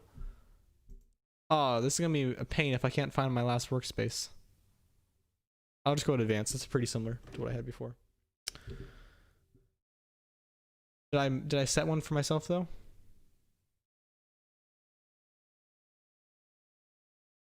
I'm sure you can make your own custom workplace, but I don't think I saved what I was using before. I don't think I saved what I was using.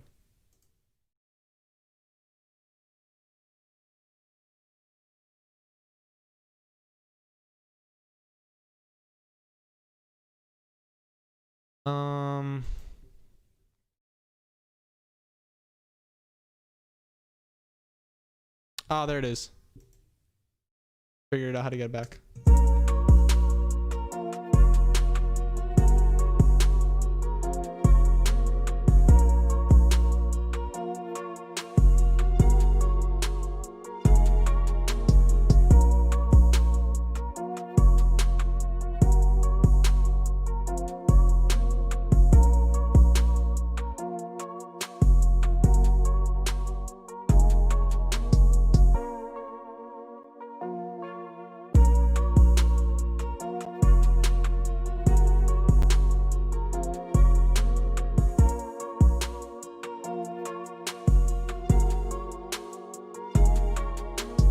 Good point. Since I got it back, I should probably save it. Save workplace. Oh, so this is the new advanced. I can go to basic. I can check out basic. I also check out advanced. Before. Nice.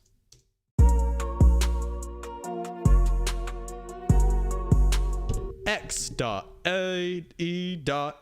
Wait, how do you say your thing? I was watching you this morning, actually, dude. No, I don't really want to use the 808 slides in this beat. Ah.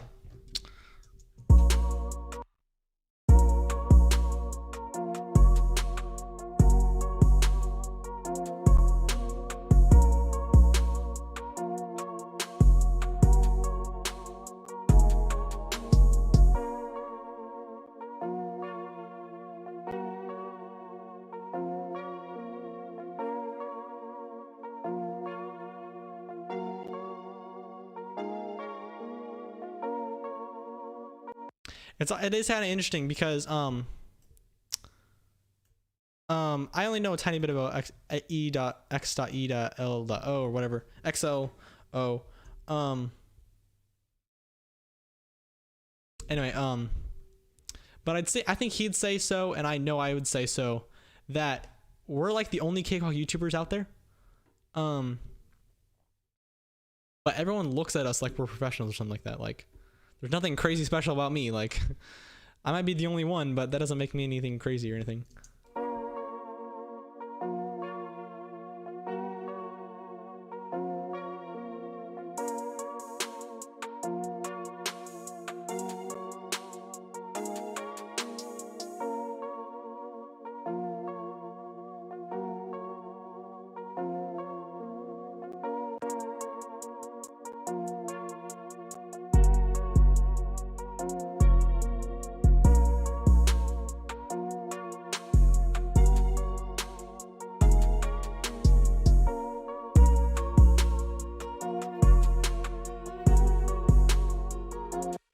Okay, I'm gonna unfreeze these tracks and I'm gonna see if I can pitch them up.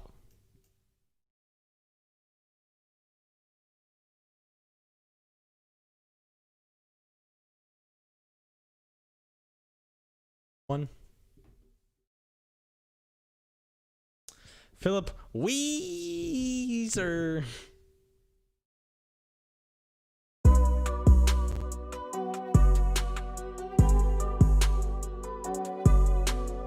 Yeah, creative sauce is solid.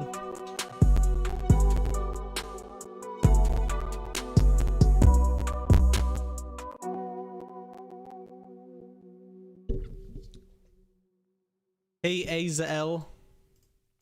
I'm actually thinking the speed is okay, actually. It's not as bad as I was thinking before.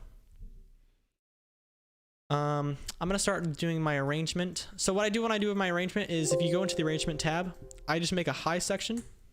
Actually, I probably talk about this way too much, like, you guys probably already know. But I make a high section, I make a drop section, I make a verse section. Oh wait, it's gotta be 8 bars.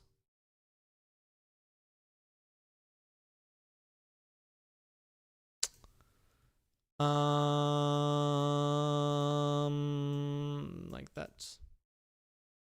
And then I make a intro section.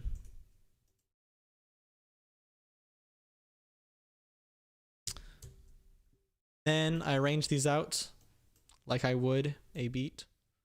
Just practice. Let's put a verse after the drop.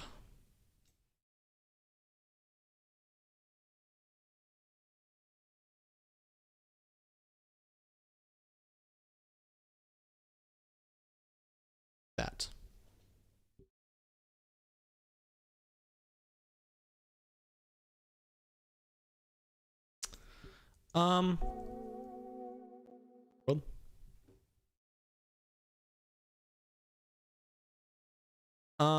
What artists do I like? I don't know. I like some names of people I listen to a lot. I listen to a lot of Toby Mac. I listen to Quadeka, and he's all right. I listen to Kyle Beats. Let's see. I listened to, what is that kid's name?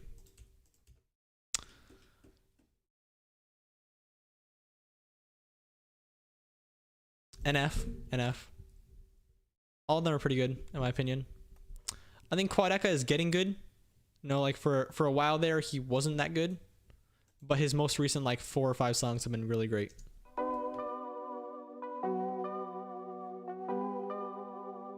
They added it like 3 weeks ago or so. Oh yeah, Slushy Vex. It's like 6 a.m. for you, isn't it?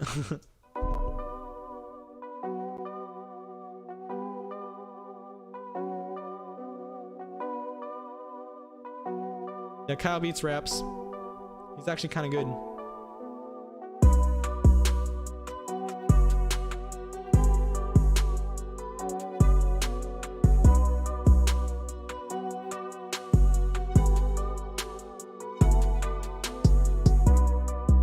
Okay, so this intro needs more variation to it because it is so boring. Kyle Beats raps and it's actually like impressive. Like, I'm like actually a fan.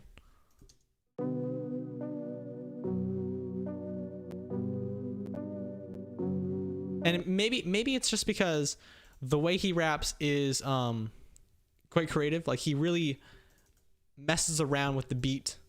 It's very clear that he's a beat maker who can rap, not just like a beat maker who, not just a rapper who's rapping on a type beat. You know what I mean?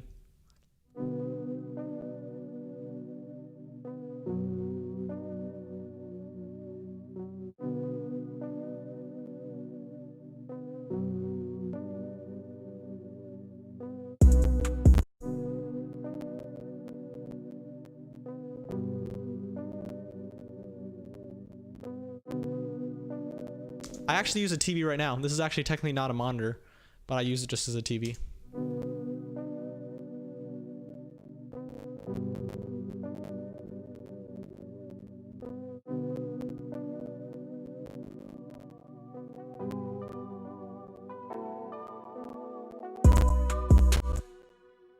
I'm not really sure what to do to add variation to this. Should I add a different like more interesting kind of pattern with the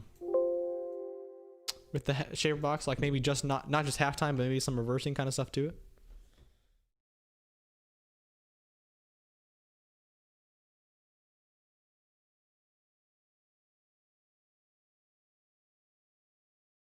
I'm not really sure what your TV problem is.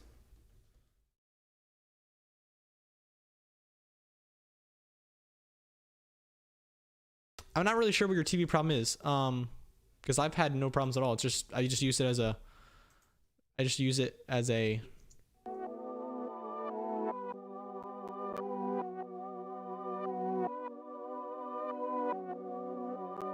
if this sounds good.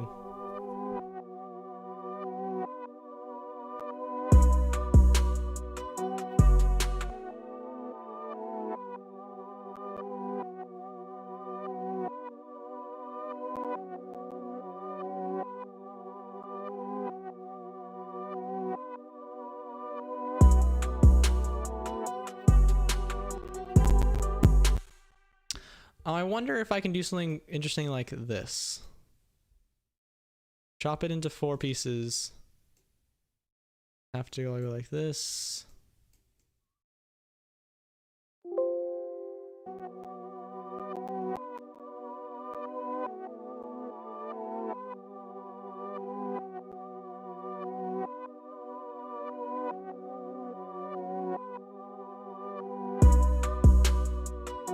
And then what if I put like a reverb on that? Automate the duet.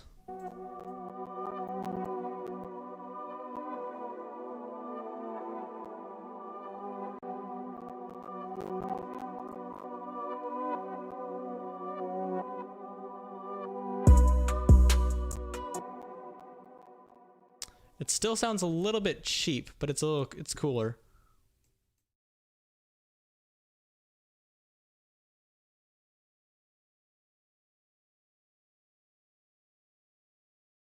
I'm gonna automate that. Yeah, I'm gonna put a glitch on it too, I think. I'm gonna show you guys a little trick. You might already know this. You might already know this. But basically, if you hit this little WT button here on your track, you can turn on write enable parameters. And I'm actually going to, you can also turn it up on here. And basically what happens is if you hit play on your keyboard and then start moving parameters on a VST, it starts making little lines of automation to match what you're doing.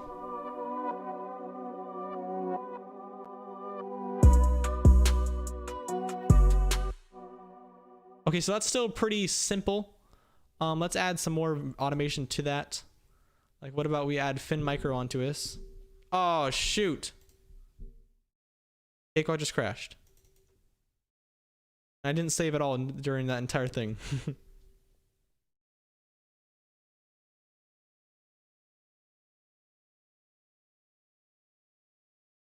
Mastering with Shaperbox?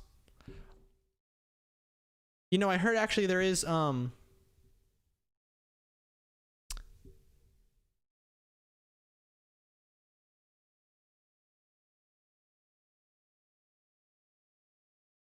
I know there is like a compressor inside of Shaperbox, I think. But I've never tried to like master with it. Okay, let's make sure we save real quick. It actually, so the autosave feature in Cakewalk is actually pretty overpowered. Like, I didn't lose anything at all. Like, it literally saved right before I crashed.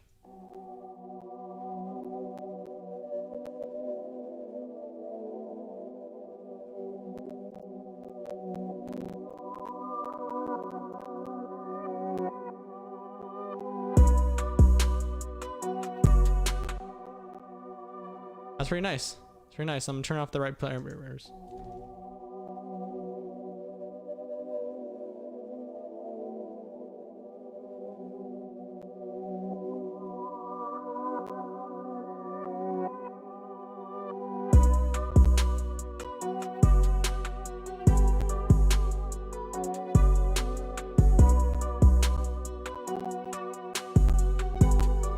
I'm actually gonna keep this reverb on a little bit. In this automation here, I almost like completely automated it off, but I'm actually gonna leave it.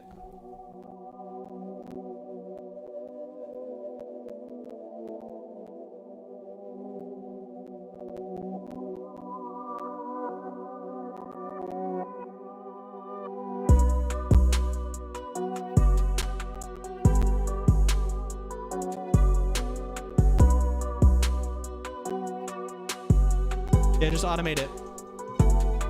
Like, turn up the wet.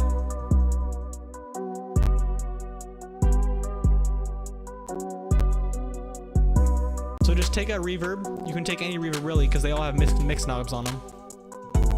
Oh shoot, I was actually turning up the automate the mix knob. That's the what you're looking for.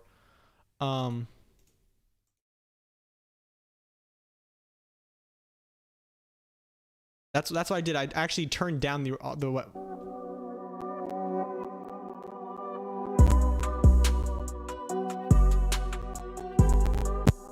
So on this round reverb, the middle knob right here is the mix knob. And you just want to turn that up and down if you want it to be more or less reverby.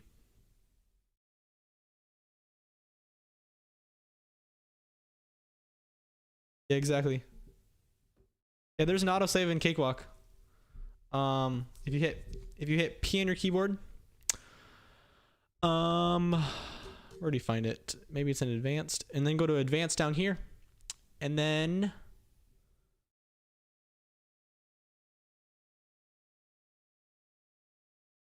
I'll find it in a second. Yeah, here, and then click advanced down here, so you can see more things in your preferences, and then under file go to advanced, and then auto save every 4 minutes or 15 changes. That's what I have it at.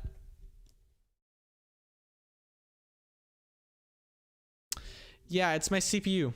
My CPU is having some problems with this beat, and well, it's mostly having problems with the live stream, I bet.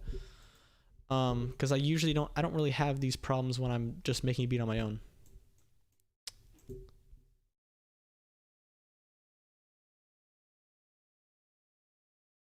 Yeah, I feel bad for anyone who hasn't been using the autosave.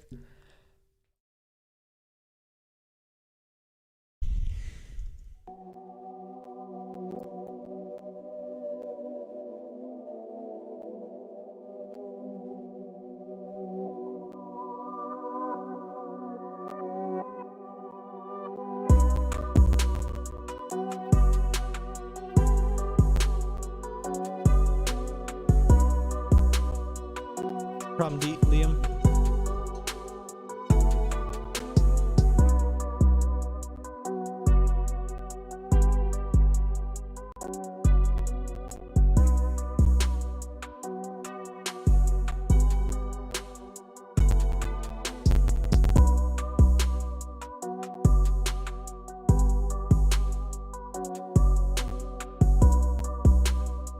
I'm still not sure what you mean by stamps.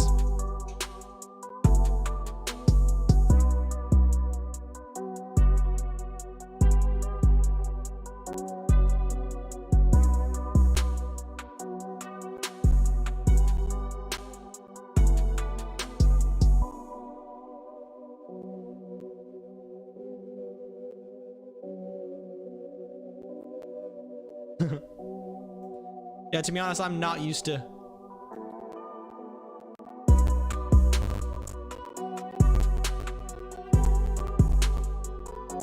I'm definitely not used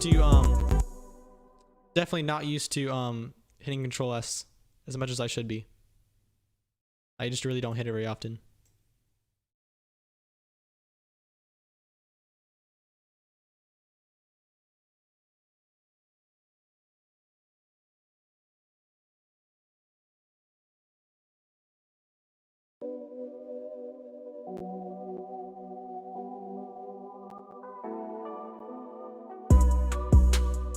Really, you think these are the things?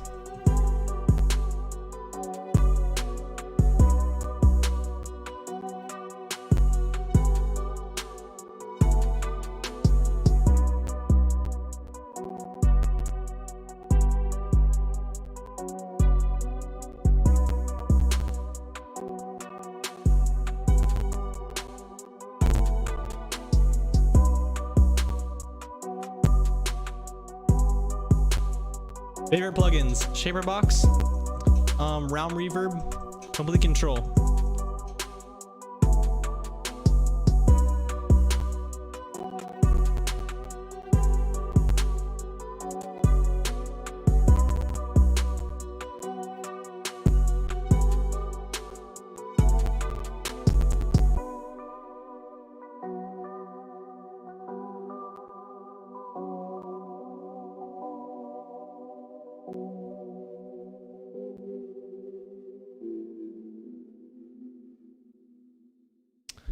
Not bad at all. I will finish this beat more professionally, more in depth later.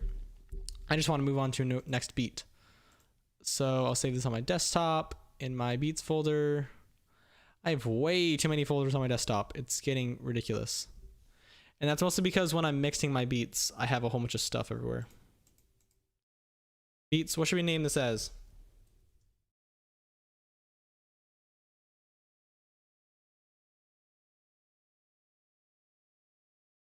I called it gross.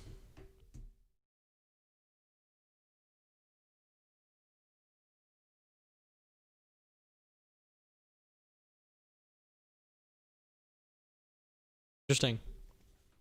I'll look into that. I'm not sure about the labels. Okay,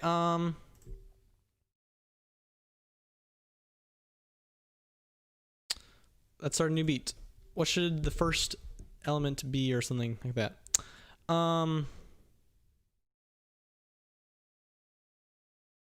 Yeah, I know you can get gross beat in Cakewalk. Mostly because I mean, gross beat is just a plugin. You can download it off their website, but you have to pay like $100 to buy it or something like that.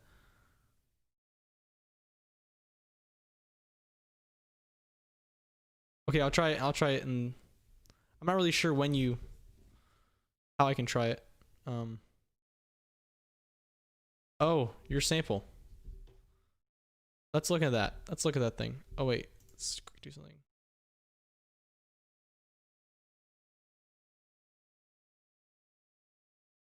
Let's find your sample. Not doing EDM. I did EDM a little while ago. Dude, look at this. I got nothing here. Just a sample I made, and you literally have nothing attached. So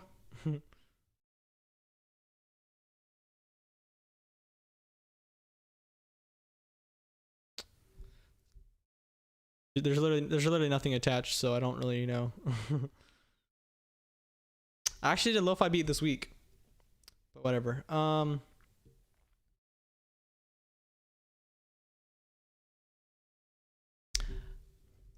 To be honest, I'm sure you can probably find a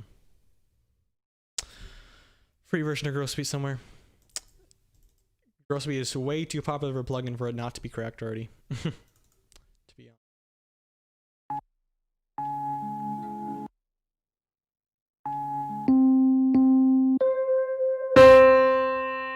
Okay, this inspires me a lot. I found this like sound here. It's not very useful for it. Oh, you guys can't see my screen. I found this one shot that sounds like this.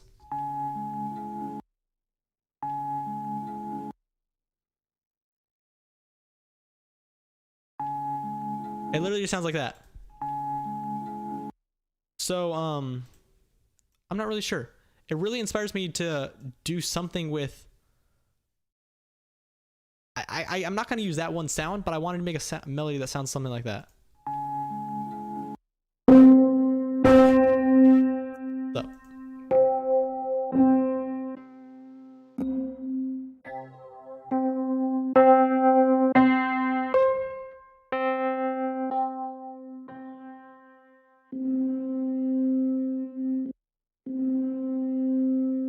Let's see about this one. Okay, so someone asked about keyword shortcuts inside of the MIDI view. So let me talk about that.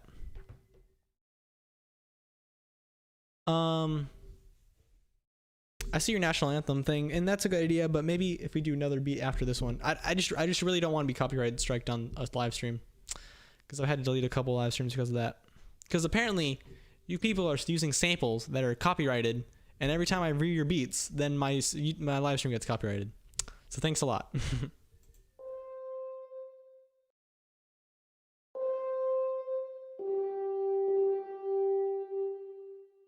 Root note G.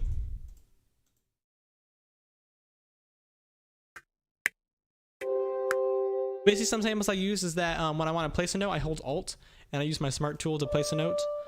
You can delete a note by right-clicking your keyboard. Let's see. You move a note by just clicking and dragging it. When I'm clicking like over here and you have this like little marker like somewhere else in the beat, if you hit W, it brings it back to the beginning.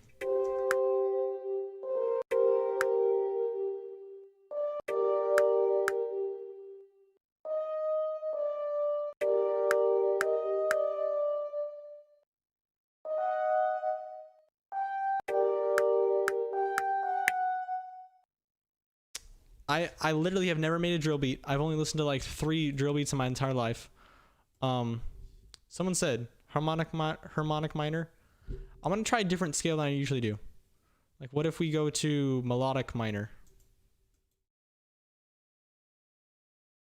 Okay, a spooky melody.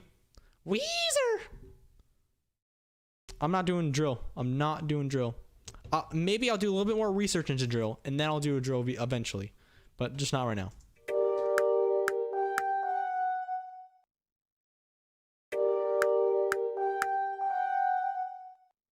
Slow us down.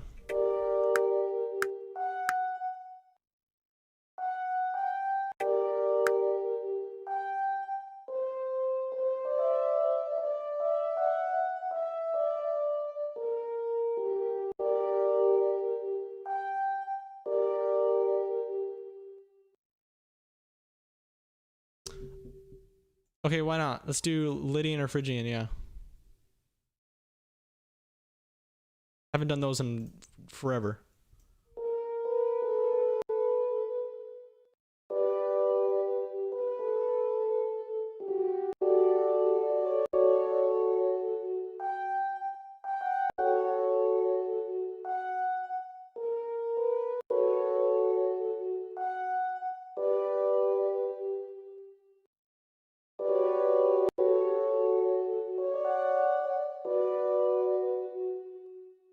Is Abit still on here?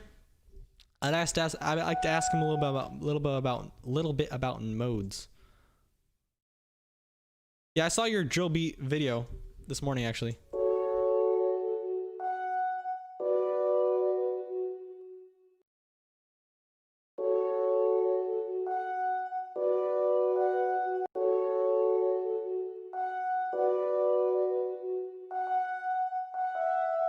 Personally, I kind of want to make. I just kind of want to make beats that I like to listen to, and I really just don't listen to drill beats, even though they seem to be like kind of a craze all over the internet right now.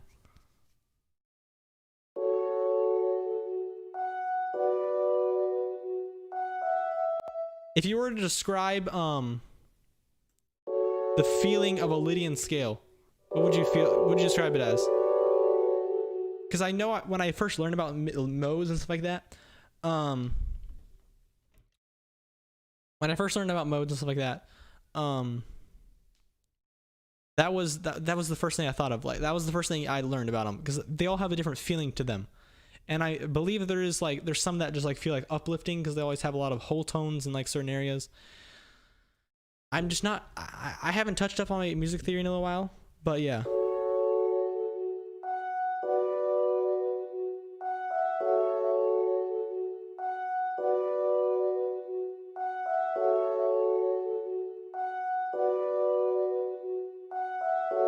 I like the idea of orchestral.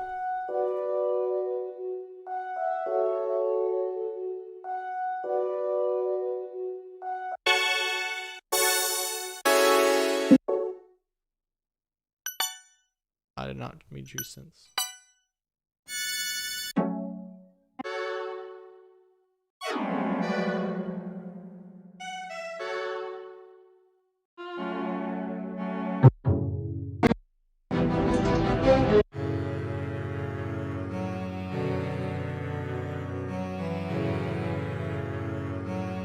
Pretty simple right now.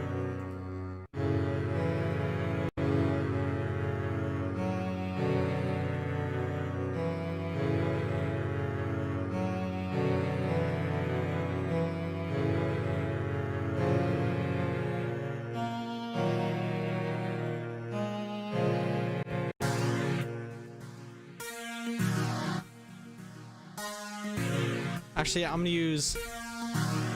use X-Band instead. I guess my question is, what is like the feel? Do you think that each different mode kind of scale has a different feeling to it? And if you do believe that, then what feeling do you think that Lydian scales usually give? Or is that kind of a weird question to ask?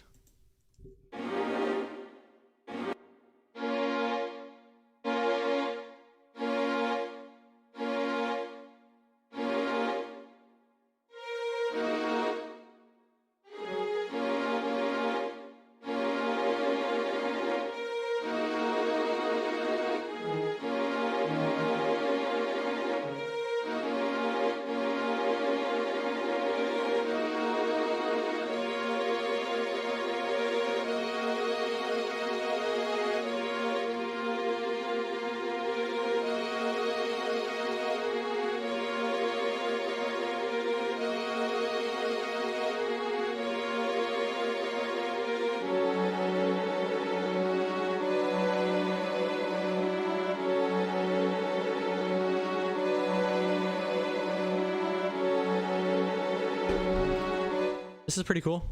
I'm gonna try to layer this up with another sound from X-Band. X-Band does have good like real instrument kind of sounds, except I don't really like the VST sounds of any guitars. That is one thing. People ask me all the time, like, what did you hear a guitar VST? And I'm like, I just really never use guitars, and so far haven't really found a good guitar plugin.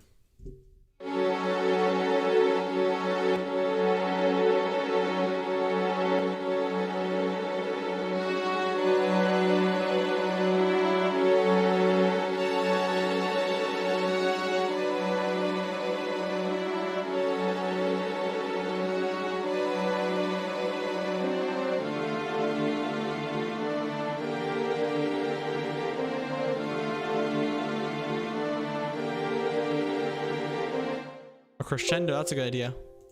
That's a good idea. Like, what if I go like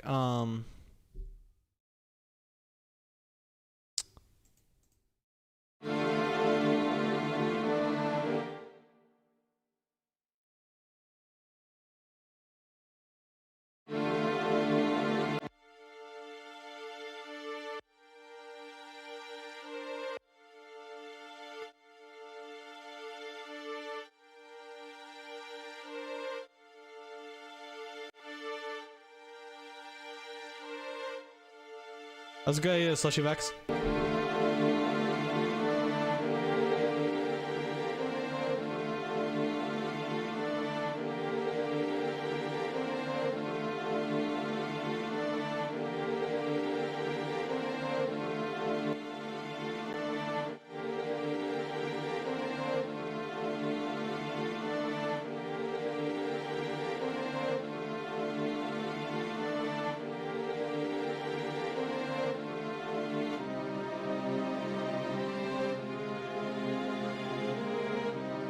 And now it's like the bass kind of string instrument.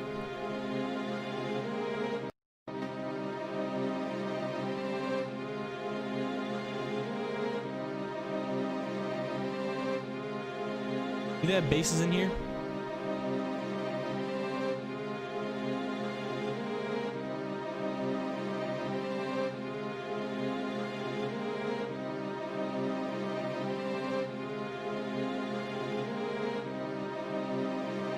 If I turn this one down an octave.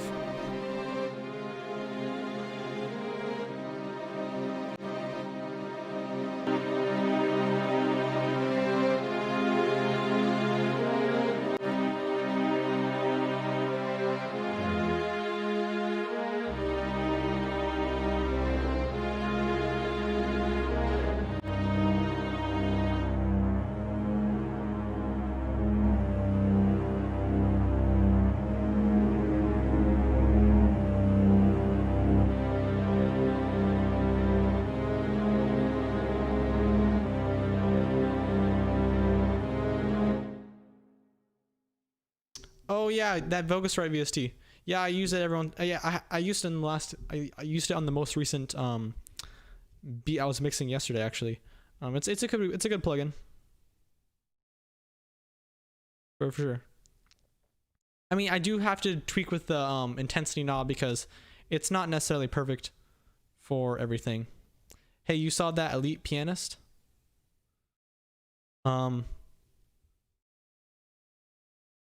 Elite Pianist inside of Expand, maybe? Is that what we're talking about?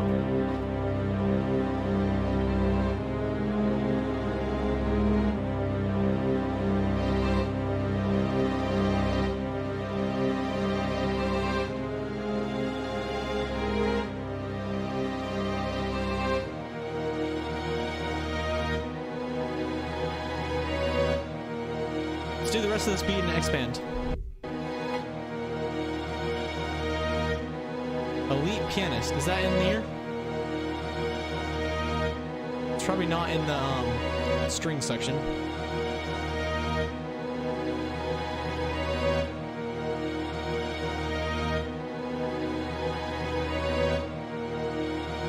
Oh yeah. I never actually bought it or checked it. I checked it out.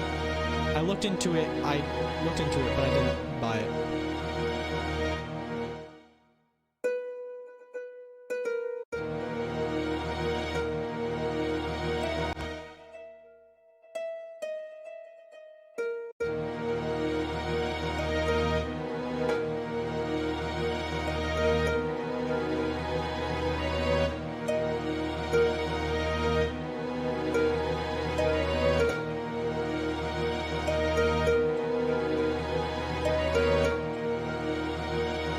That's kind of cool.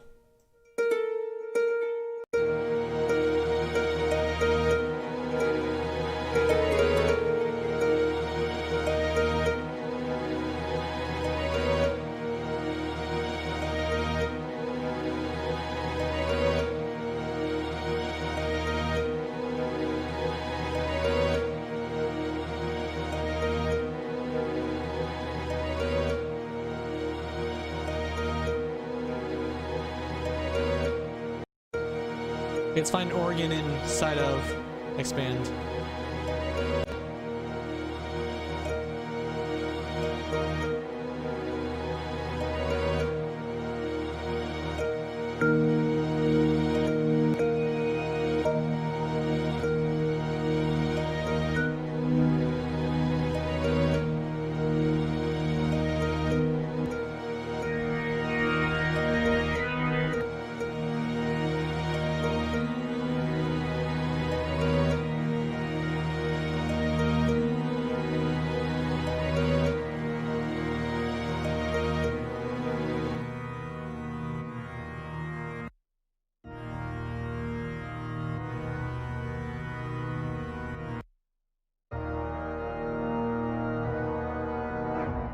What in the world? I didn't mean to copy those sounds.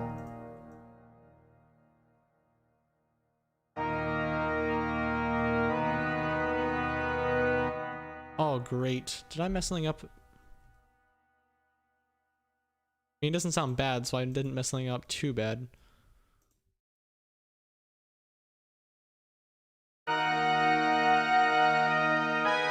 Maybe it sound good up high an octave.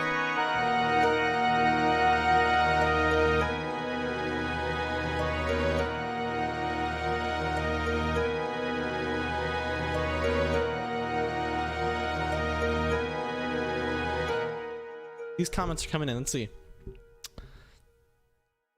Okay. And don't get any nice 808 or simple. Don't get any 808 nice simple drums. Yeah, maybe I'll do a choir.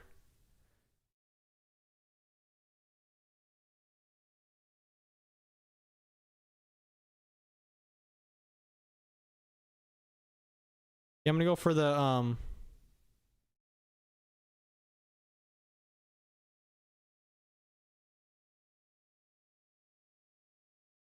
I'm gonna get a choir on here.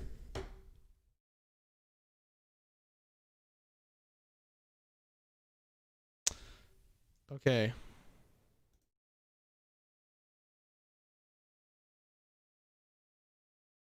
I'm gonna layer it with the organ. Are there good choirs in?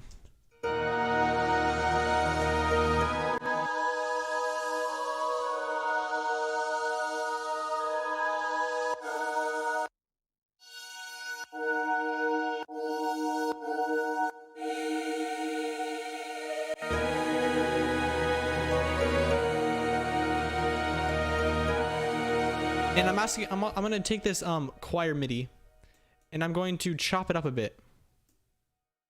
Let's do something like this. We're just copying around.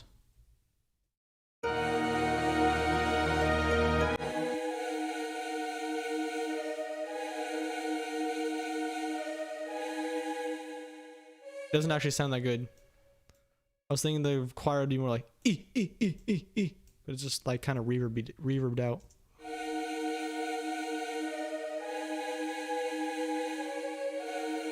Adds a little bit of emotion to it. Not quite as emotional as I thought it was gonna be.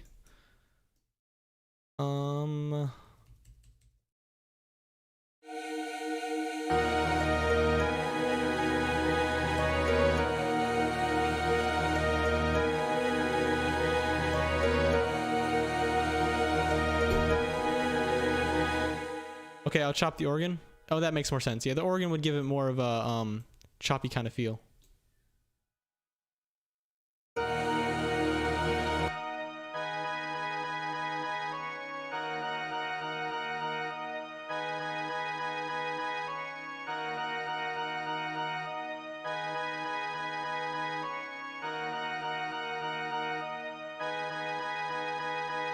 I could actually go in here and I could make these notes a little bit shorter.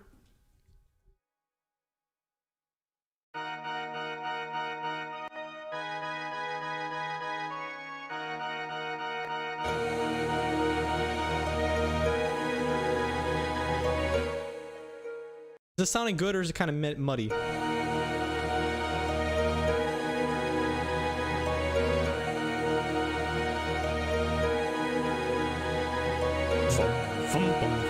Oh, I totally hear the cello now. The cello would be the melody. The cello is going to be the melody. It's going to be... There's actually a string organ and there's actually a string built into Cakewalk. I just want to test it out because I haven't used it in like months. Vum, vum, vum, vum, vum, vum. Vum, vum, vum, vum, vum. Vum, vum, vum, vum, vum. Something like that. Something really aggressive.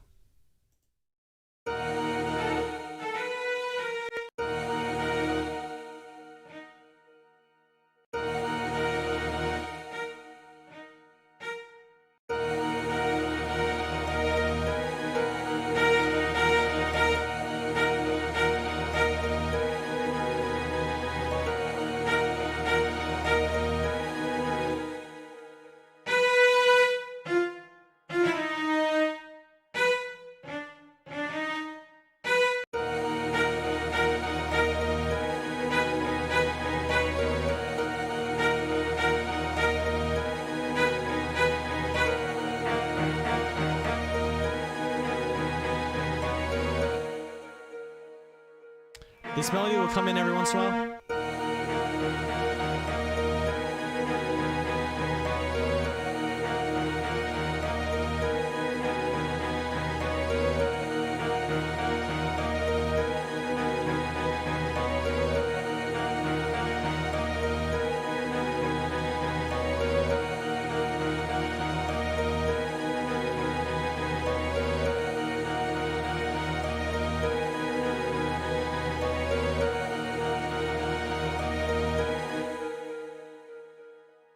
Okay, we got Bro, Please No Cello.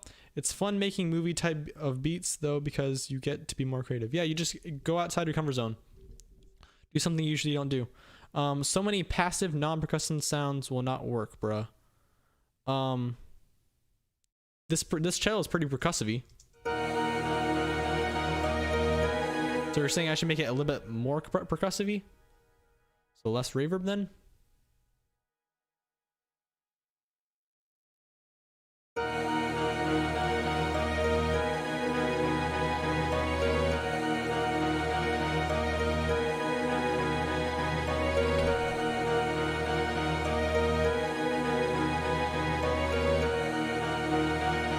Let's get a snare on this. We'll probably have to arrange the melody a little bit more, but let's just try to get kind of a way of the beat to go.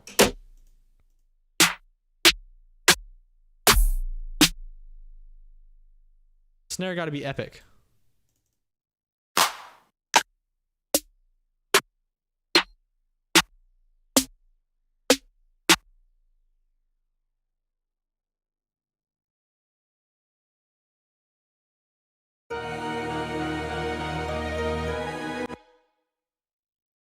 Wait, what happened?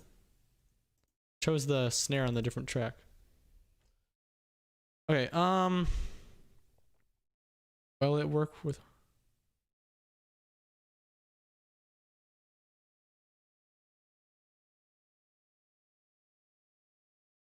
Yeah, snare needs to be really... Should we go trap stuff? Yeah, I'm gonna go trap stuff that's really reverbed. I'm not gonna go like what's up with this? I played a snare in. Oh, I didn't select the snare.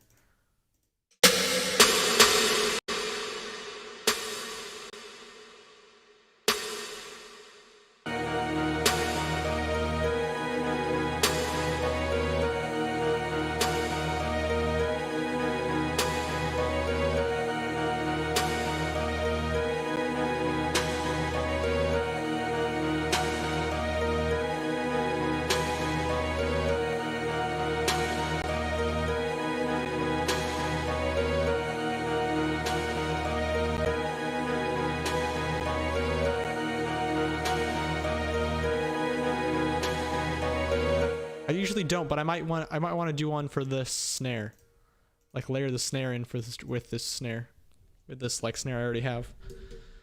See what it would sound like. Just at least test it. Just at least see. Pretty weak snare. Got something harder.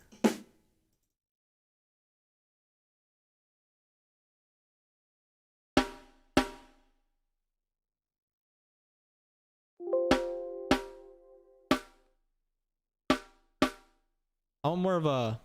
These don't even sound very, like, realistic.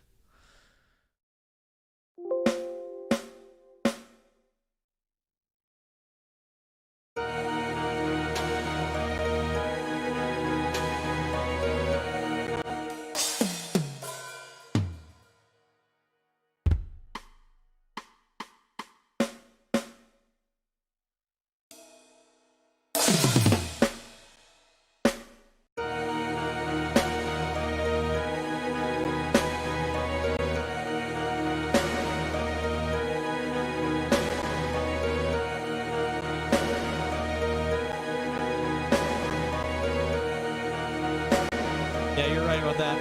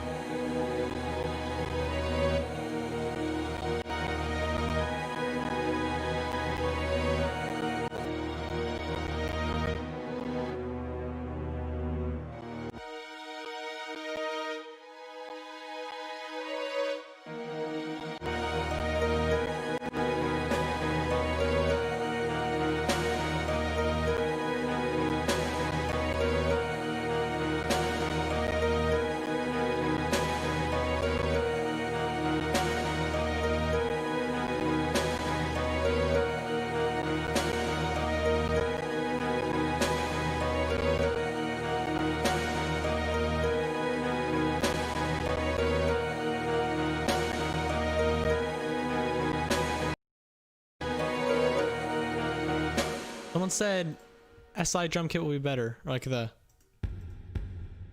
more like, you know, basic drum kit.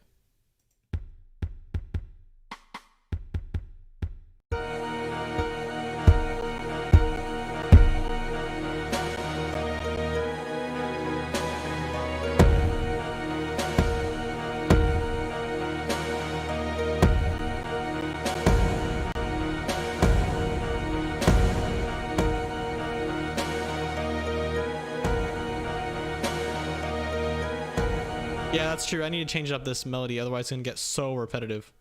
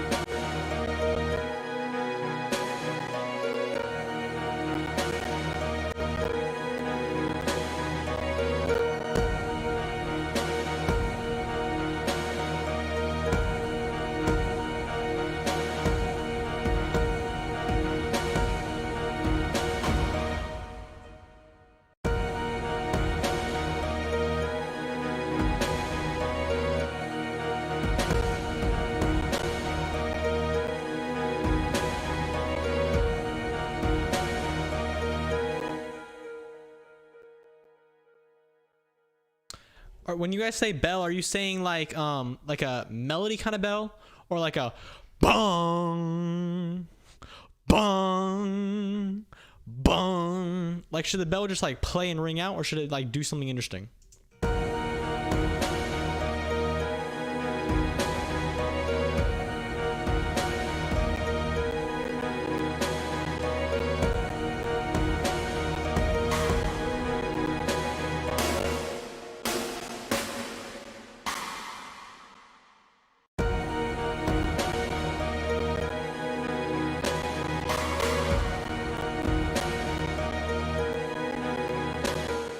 Yeah, I got you at the second bar.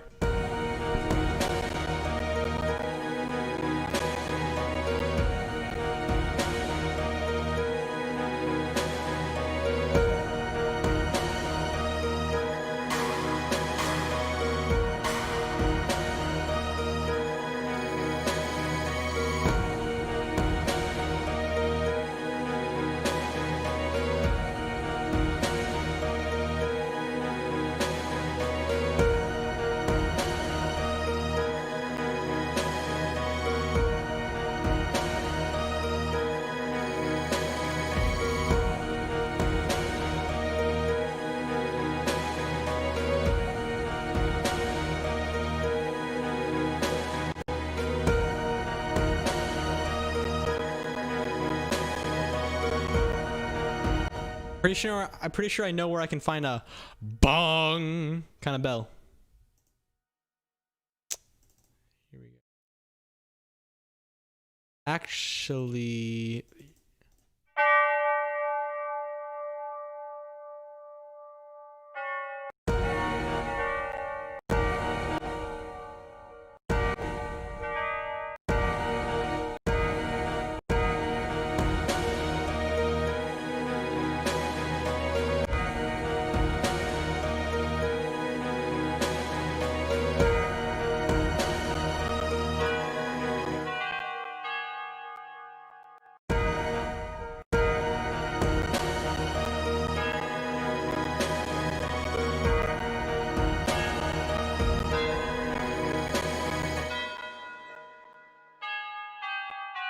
Should I be playing more notes or should I be playing less notes?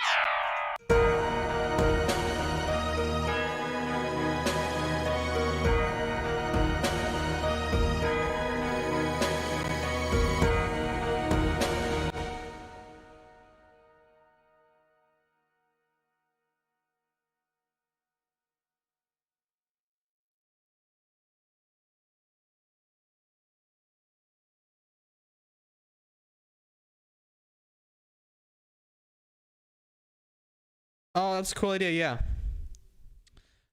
Saying switching it up a bit.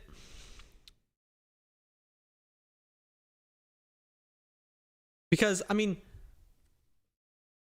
I wish I could play songs on this live stream without getting copyrighted. You're saying no, don't do this kind of sound? There's this song, actually the song, The Search by NF is almost identical to this. He has like a very, very atmospheric song, and the drop doesn't actually come in until about a minute and a half into the song, and it's a really intense drop. It's actually really awesome, but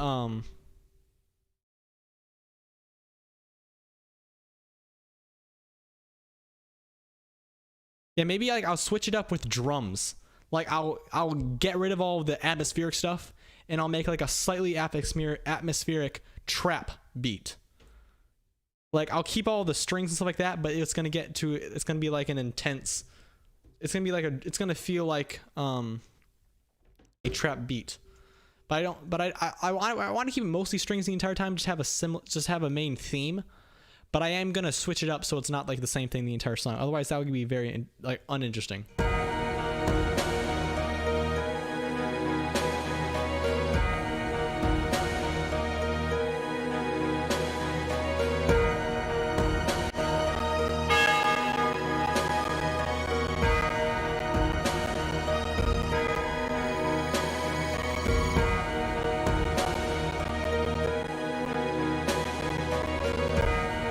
Are you guys thinking this is Vsauce music intensifies?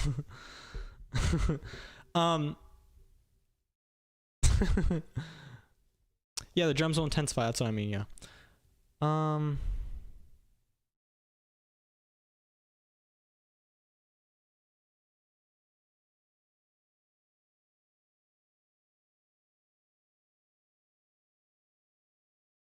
That's cool. I'll look into that, Liam. Actually, I don't really use flutes very often. So do you think this is enough for like the atmospheric kind of section? Like for the entire first like minute of the song, we'll just kind of like switch in between these and maybe bring some strings out, bring some strings in, bring the drums in as we go. What sampler should you use? I use Complete Control. It's really great. You can also use Grace Sampler. Those are two free ones that I really like. Citadel Sampler's okay. I do not use ADSR. So do you think I should like this is like the entire first minute of the song, and then all of a sudden the drum beat will come in? Do you think this is enough, or should we add like cymbals and stuff like that? I guess I think you could do with some cymbals.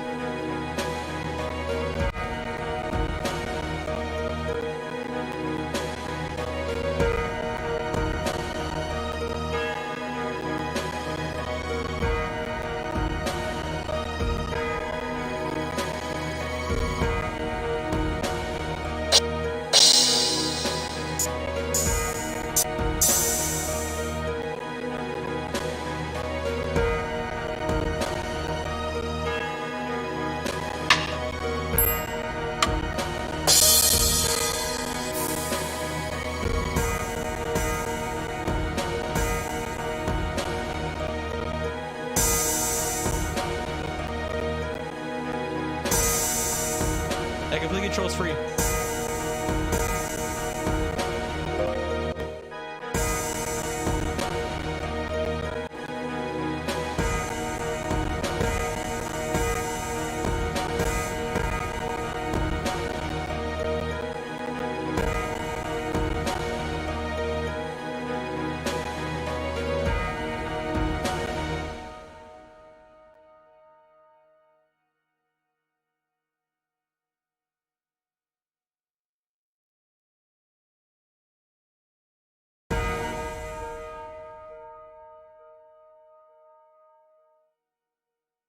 I'm trying to read 8-Bit's comment here, but my tablet little thing keeps turning off. It's probably gonna die soon. I'm just saying in general, let's say Drake is coming to your studio and you need to make something for him to hear. You'll use this use this much time for pad or what in the world?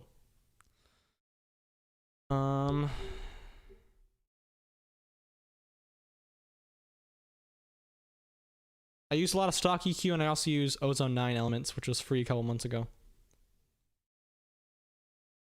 I don't think I'm gonna have a saxophone on this beat.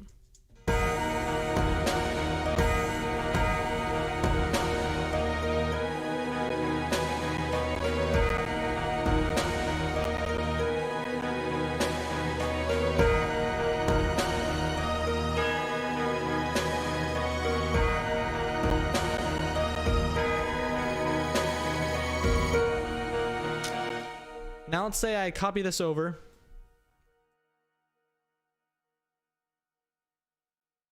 All the sounds over. And let's bring in like a steady hi-hat.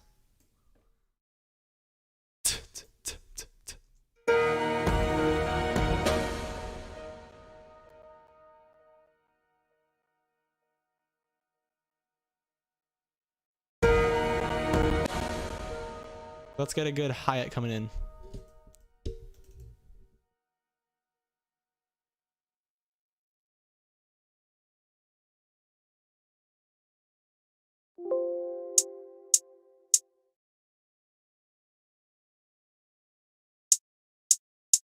Yeah, I think switching it up is a good idea.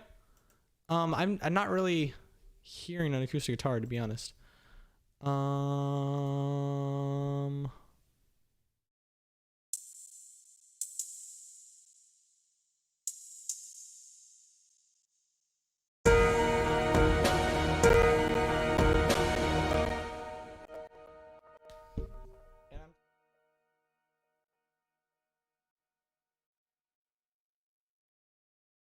Yeah, it was free a couple months ago. And so was Neutron Elements 3. That was free too.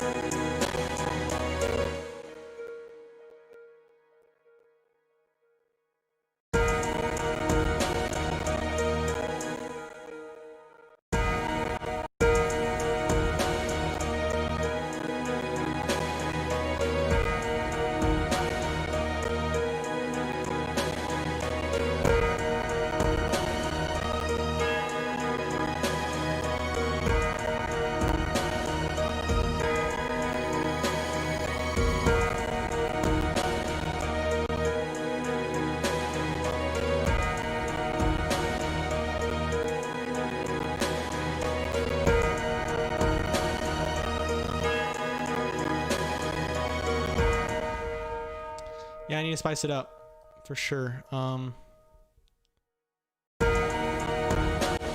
Maybe what happened if I chose a different kick?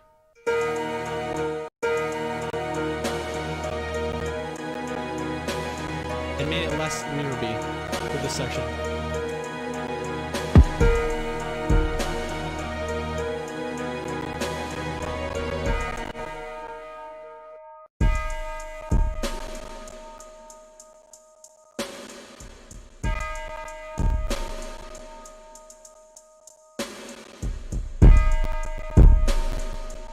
I was wondering why it was so quiet, because it's pitched down by 2 octaves.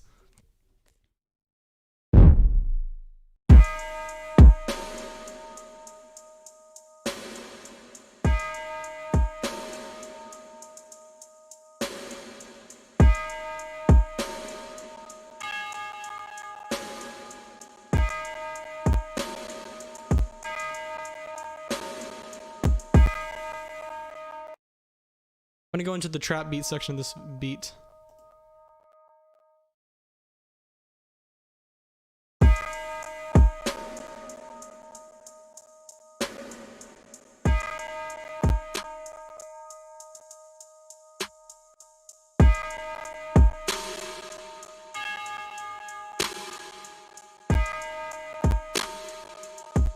I feel like the melody's probably gonna have to change too.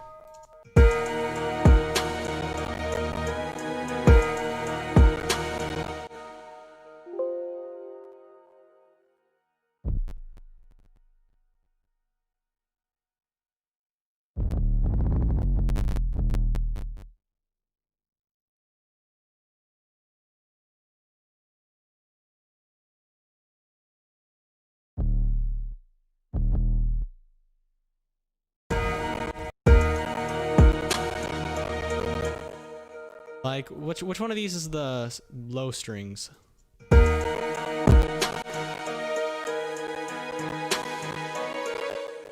And we're having some, I'm gonna freeze some tracks real quick.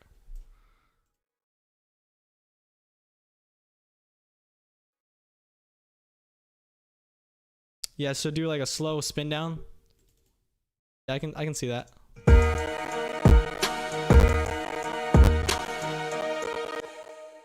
Goodness gracious.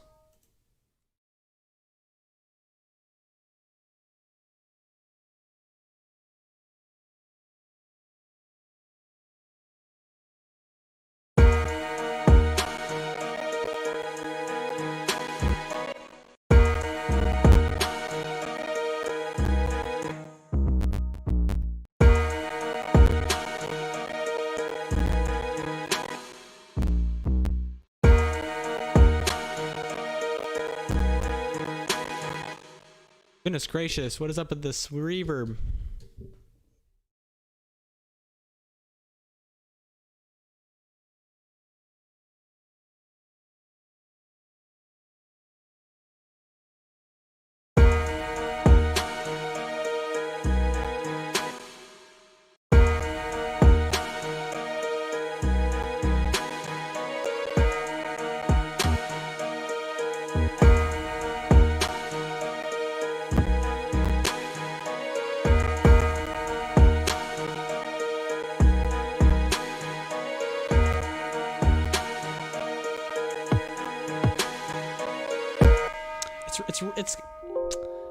I'm gonna tell you guys, and I think I say this a lot, but it actually is hard to make beats on a stream. Because I'm always checking the comments.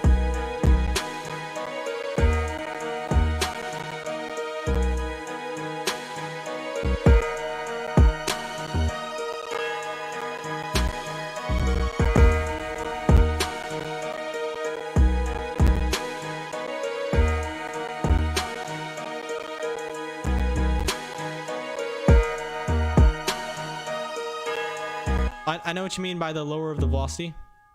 Good idea.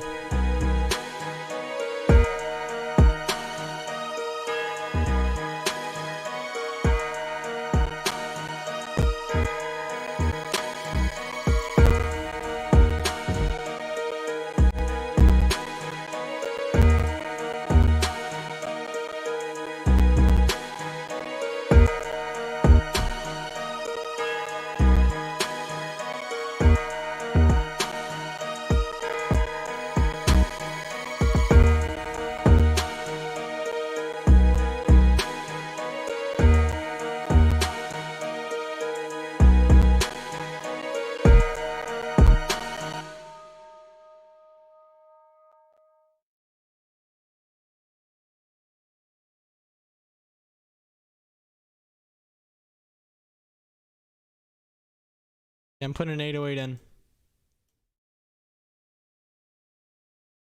Because it's just hard to stay in like the zone. Because once you do something good, then you want to look at the chat and see if they have any suggestions on it. And get what you're doing.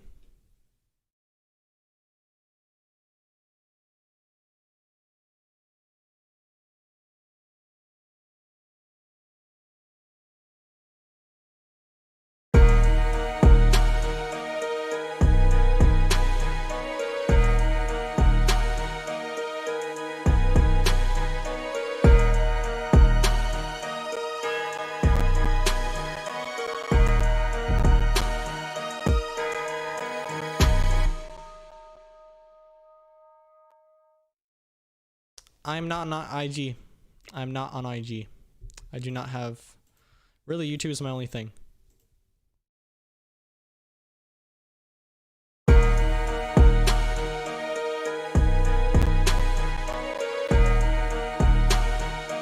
Okay, we need just more. We need more action.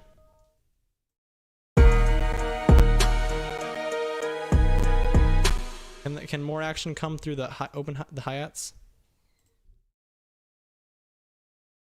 Actually, should we make these hi-hats like twice as fast? Is that an idea? No, too fast.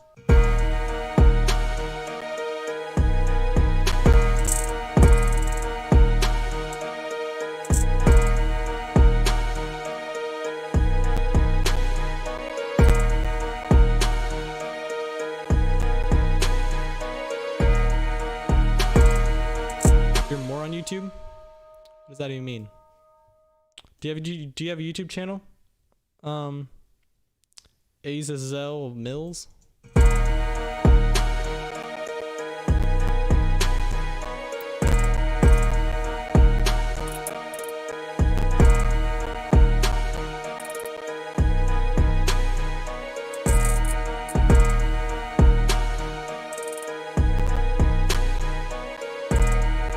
Yeah. Good point. Let's remove these strings. Or how about we just make the melody different instead of just holding out?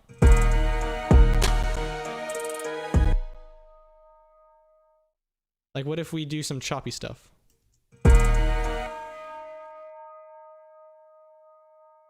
Or this choir too.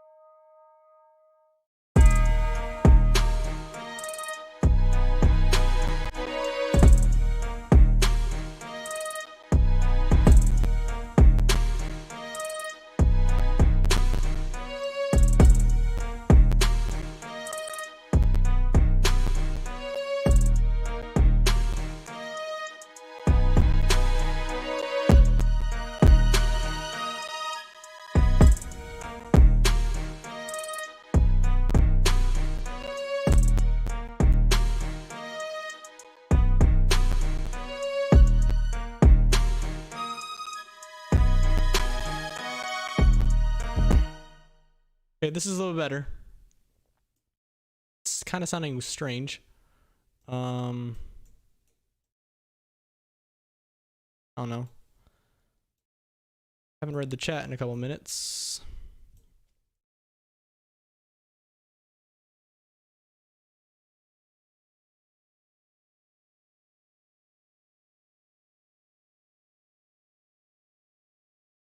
Yeah, I want to have fast drums too, but like, am I gonna have to change the tempo for that?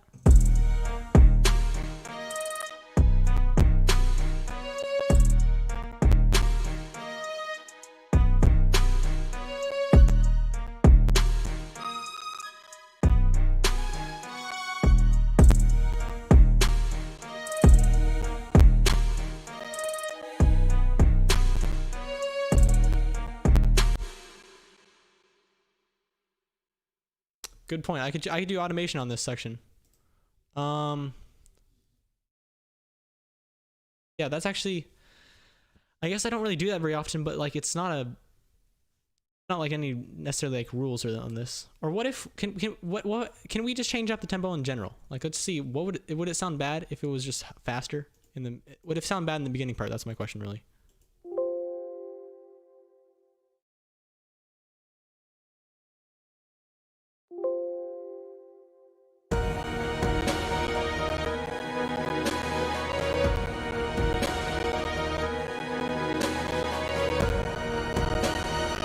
Yeah, I'm gonna get a piano in for sure too.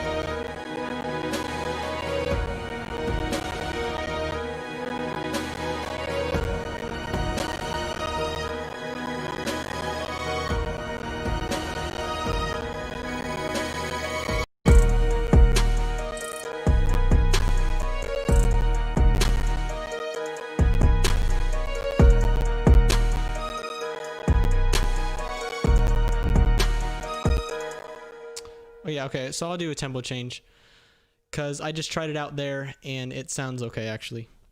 Here we go. Tempo. Where is it? Tempo. So in this section,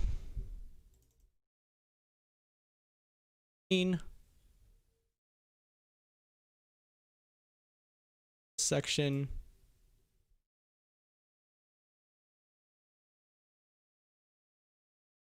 40. How do you actually do this though? That looks like a bad way to do it. We can actually just go in here.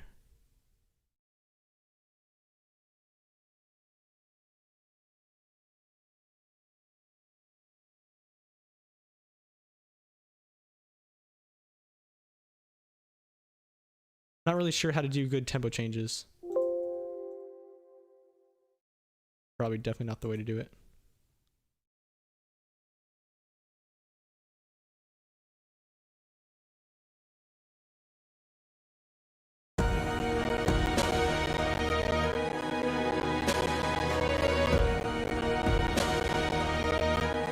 The audio's cracking for sure.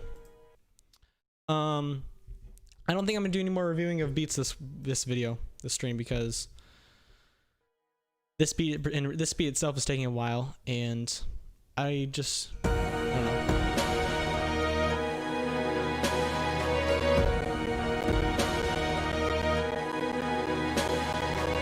Yeah, I'm gonna do a curve and automation, but I think that I'm not gonna arrange it like exactly like this. So when I do my final arrangement, then I'll have the curve and the automation. The only reason I have it a sharp thing right now is because I just want to get a feel for it. I want to make sure that this section sounds good and this section sounds good, and then when they both sound good independently, then I'll expand them out and I'll make them sound good together.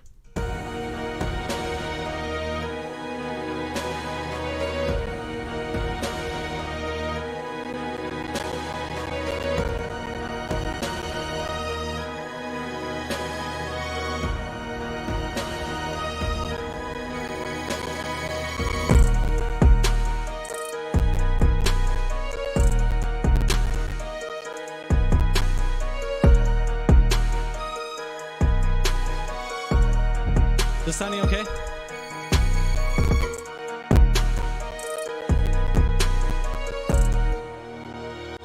think actually that sounded better than I thought it was gonna sound. Let's get some perks in. Do you have any suggestions for how that sounded? Do you have any suggestions for how to make that sound a bit better in either section?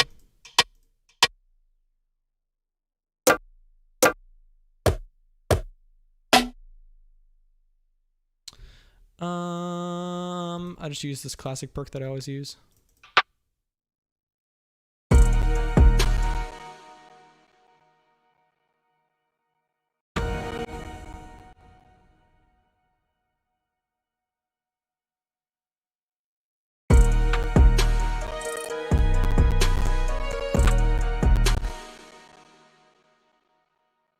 You want to slow down the tempo of the fast section or the slow section?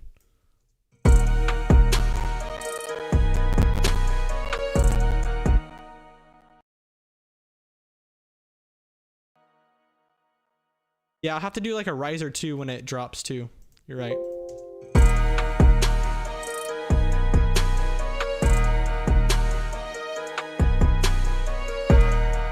Oh, by the way, I saw someone comment about a 3K live stream. Yeah, that's definitely gonna happen. Don't worry about it. It's happening. Or maybe it might be a 3.5K live stream when the video finally comes out, but I haven't actually shot the video, but I'm planning on having it happen soon.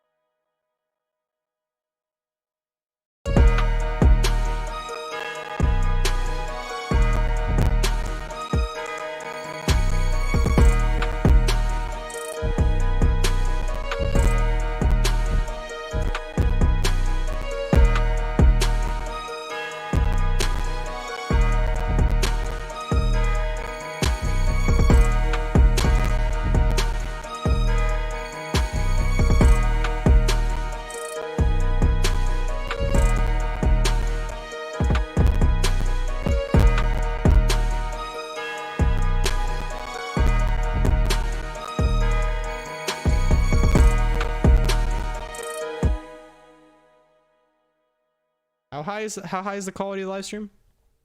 I don't think it's 1440p. Maybe it is actually. At the very, very, very beginning, it was like 1080p.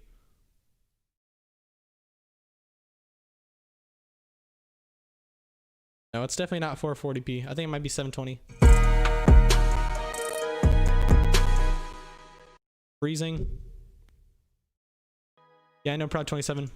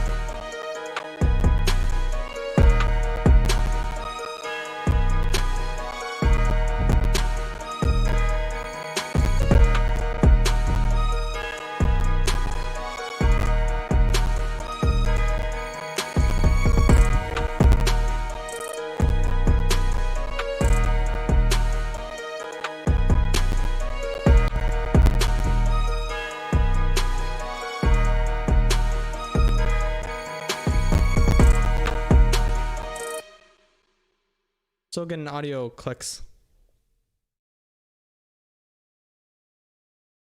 Yeah, my subs are going up fast for sure.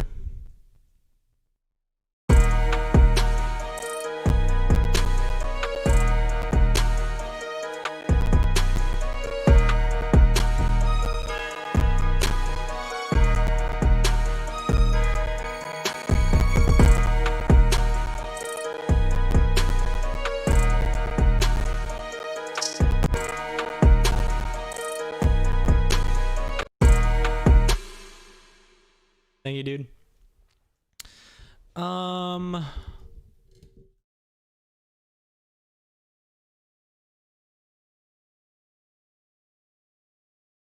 need to delete some tracks that are not being used. I think every track is being used though.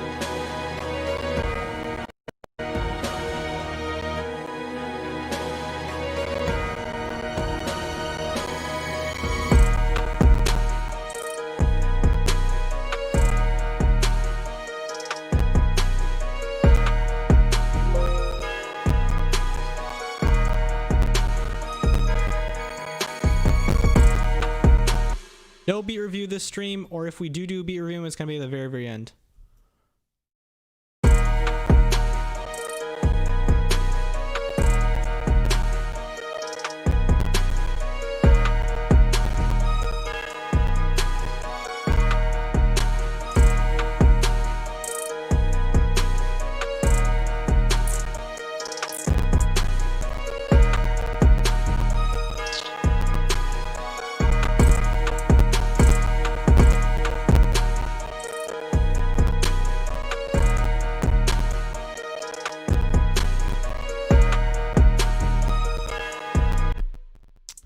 Yeah, I know that MP3 loves his tape stops.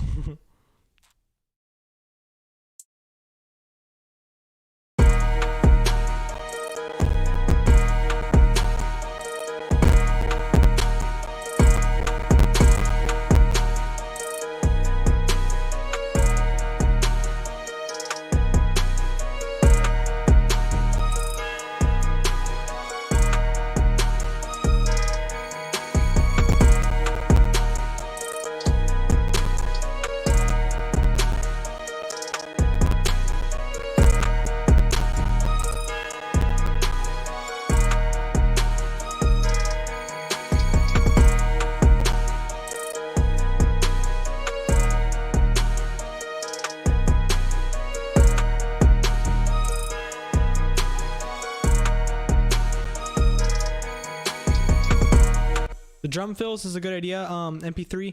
Anyone else have any ideas for this drop, like the big section of the trap kind of drop?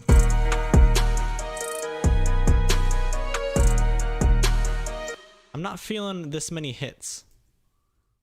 I think we might want to chill.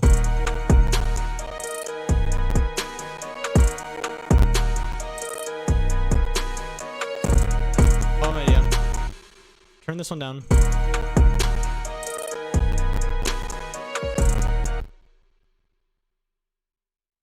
Yeah, Elijah, there's only a couple sounds that are built into Cakewalk. You gotta download most of the other ones.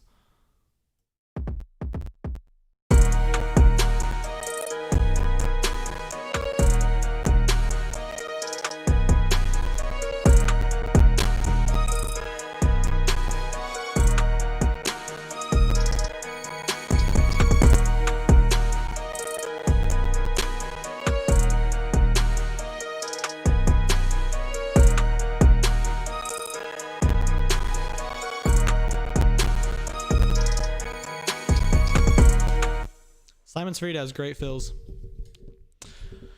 I'm not really sure what to add to this. I feel like this is the kind of beat that I'm going to be coming back to the next couple days. Just really want to get it perfect before I do anything with it. Because this is the kind of beat that is interesting to say you finished.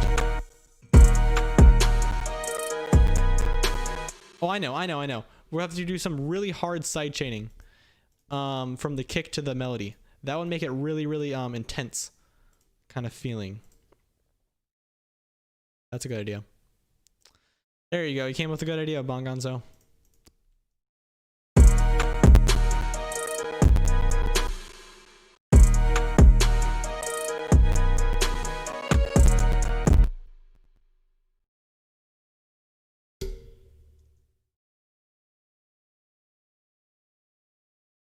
Freezing things.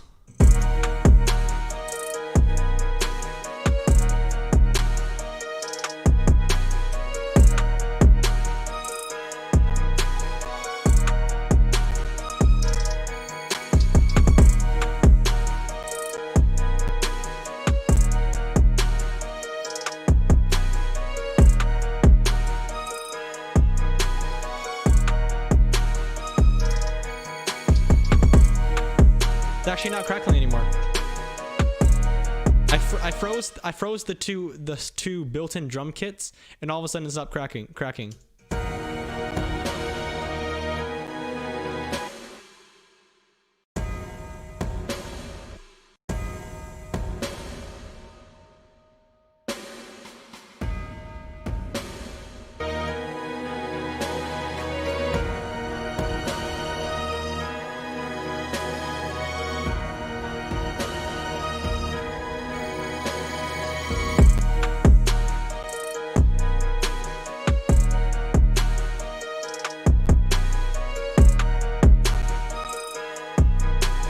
You think you're ready to arrange? Do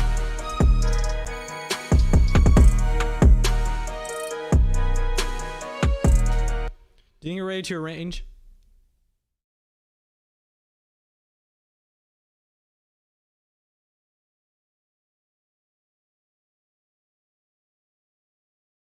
Yeah, I think I'm gonna arrange. Okay, so let's see.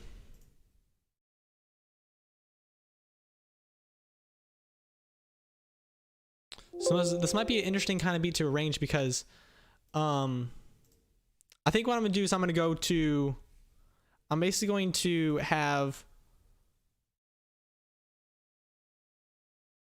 the basic strings build up for a long time, and then after a very long time of the basic strings building up, then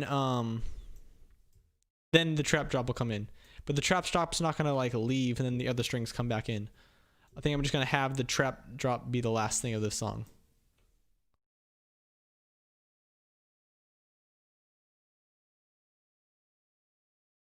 Or maybe we'll have the outro as the slow section. But let's just see how many times we have to copy this thing over before it sounds good. So we're gonna wanna.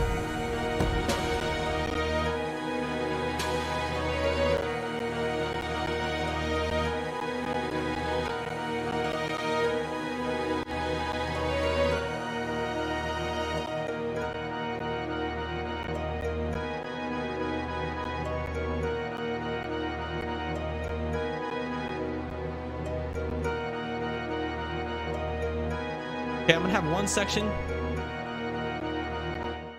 one section that's going to have very spacious organ instead of all this blum blum blum blum blum blum business.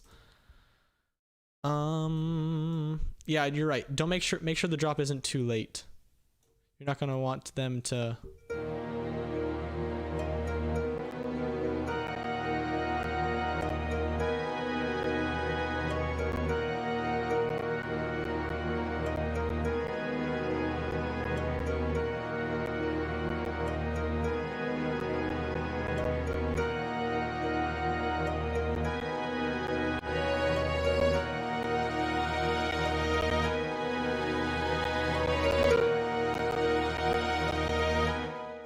What do you mean bars the same size?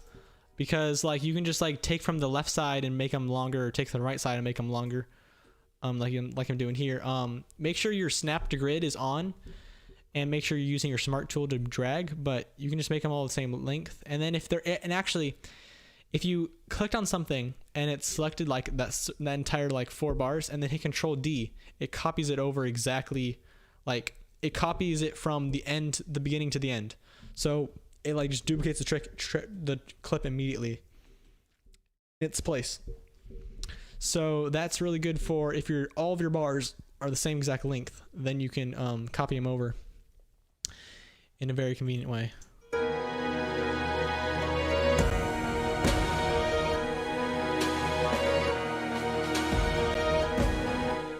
Tempo is all messed up because tempo change happened too early. Okay, so let's just keep the 138 in mind, and we're just going to arrange with the 106 as the only tempo.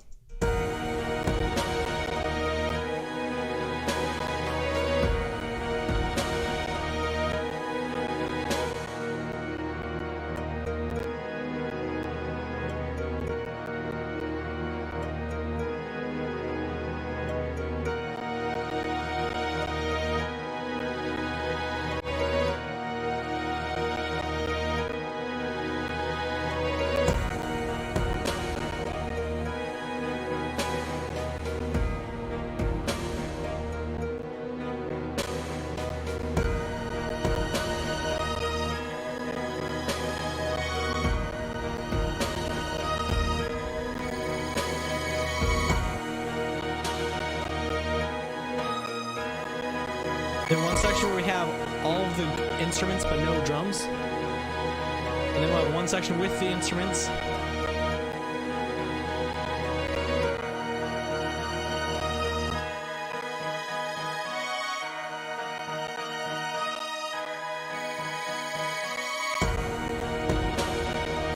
It's gonna need some automation for sure to keep sounding interesting.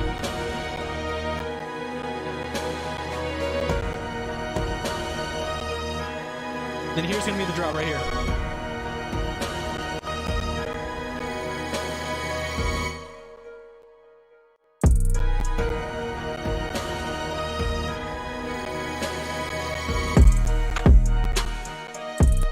Yes, this software works offline as long as you have downloaded it beforehand. Like, you know what I mean? Like, you download it and then your computer can, and then you can turn off the Wi-Fi or something like that, and it still works just fine.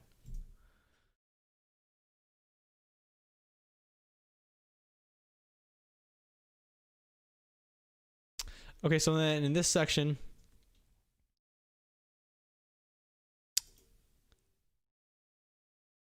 oh, I have an idea. What if we had like a break? What if we had like one really intense hit, and then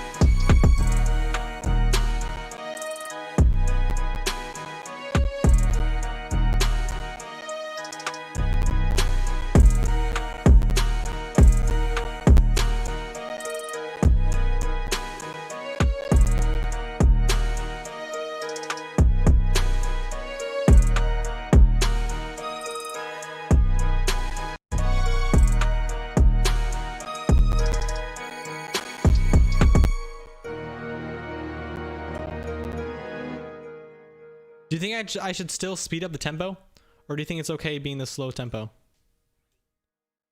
So I think it actually kind of works.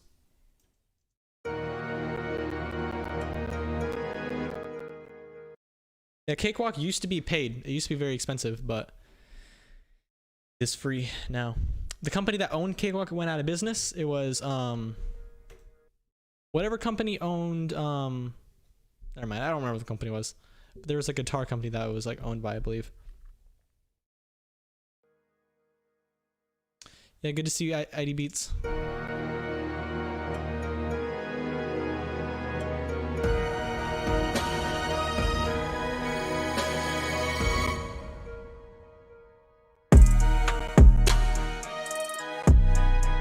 It doesn't hit as hard.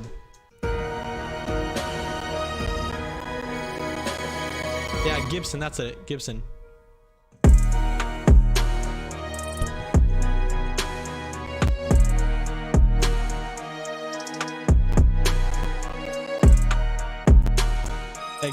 Gibson owned it, and then they went out of business, and then later, about a year later, I believe, then Bandlab bought it from them. And at first, people were thinking that Bandlab was like I forget. Bandlab is like a Vietnam company or something like that. I don't remember. They're not from America. And then people were thinking that like they would do bad, but they've done fine. Actually, they've made Cakewalk even better than it was before. They're doing like bi-weekly updates.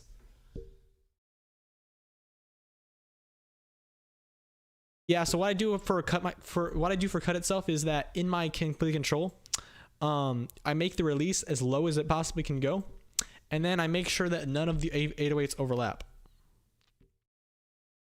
See, like that? So that's basically the exact same thing that I mean, yeah. FL has that more like Singapore, that's it. Singapore, there you go. See, I shouldn't be trying to give facts if I don't really know them. Anyway.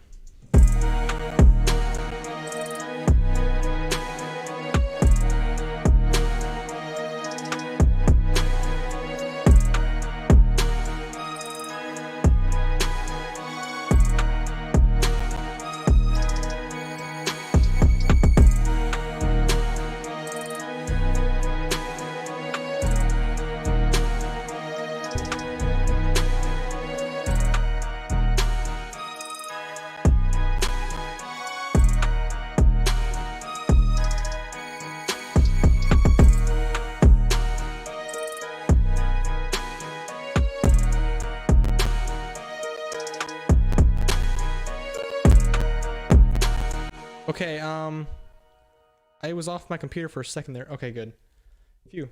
I'm watching the chat on this little side tablet, and the tablet almost died. It's on like 3%.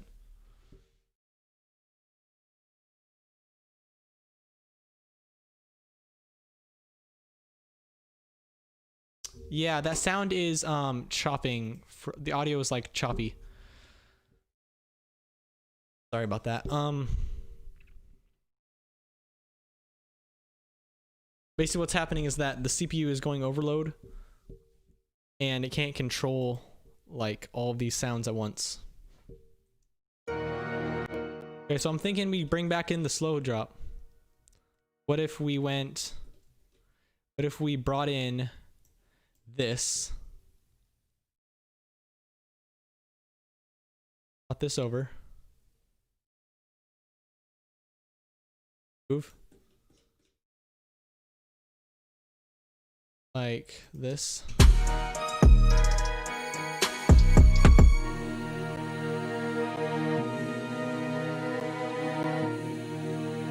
And then we find a bigger section. And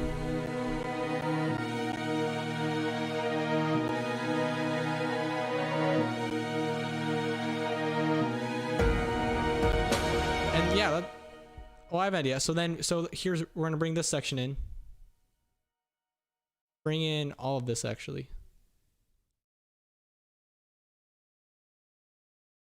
Go like this. Cut half of this out. Come on. It's over. Yeah,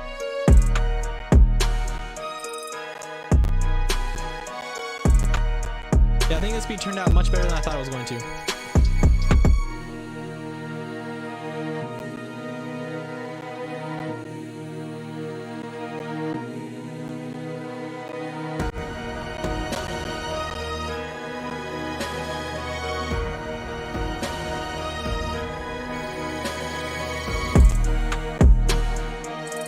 Hey!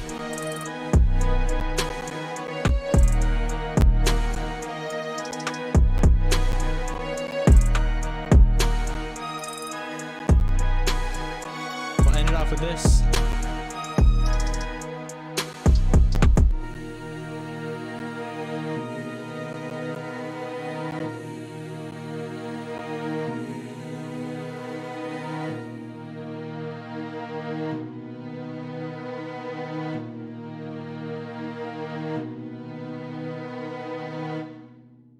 I'm not super familiar with Contact. Okay, I'm gonna call this beat Connect because it sounds similar to Contact.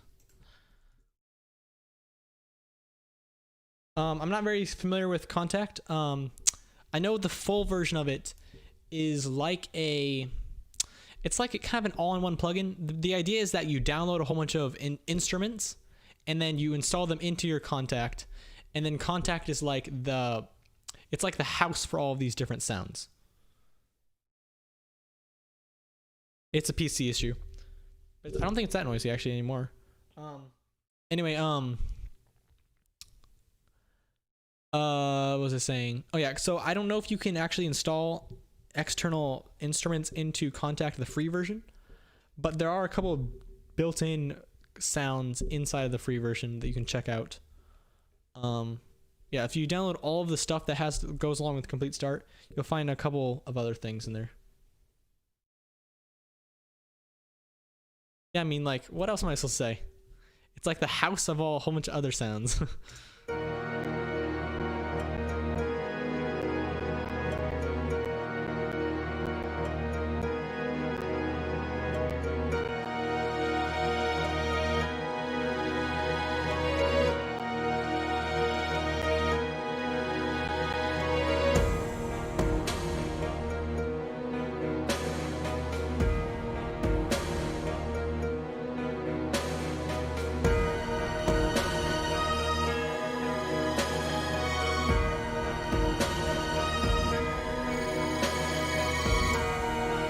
This beat actually turned out much better than I thought it was going to. But it does need some like risers and swells and effects.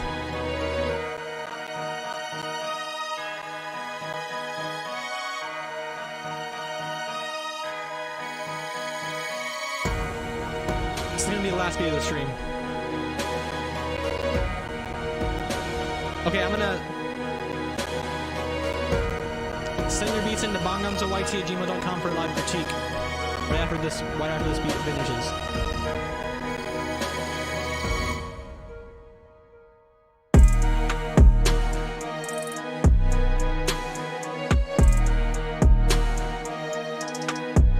I'm definitely gonna tweak this beat a little after the stream. And then this sounds like a kind of song that would go on an album. I'm actually enjoying this beat.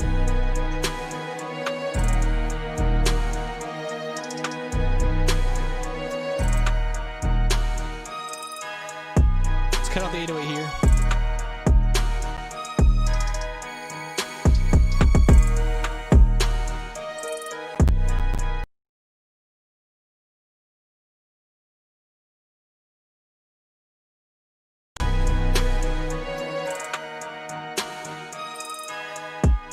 Nice, Locostas.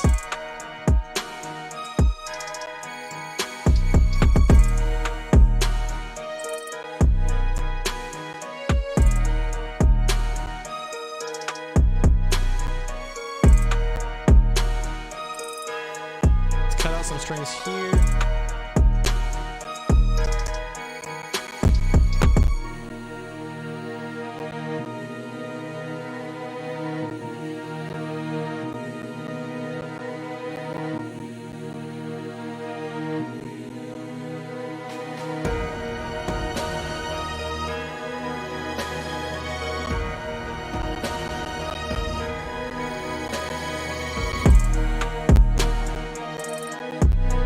Is Gabriel still on the stream?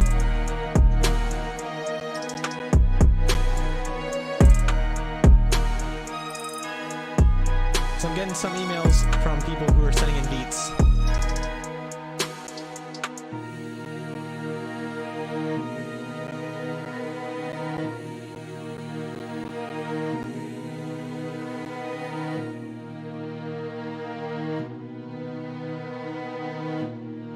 Any pirate beats?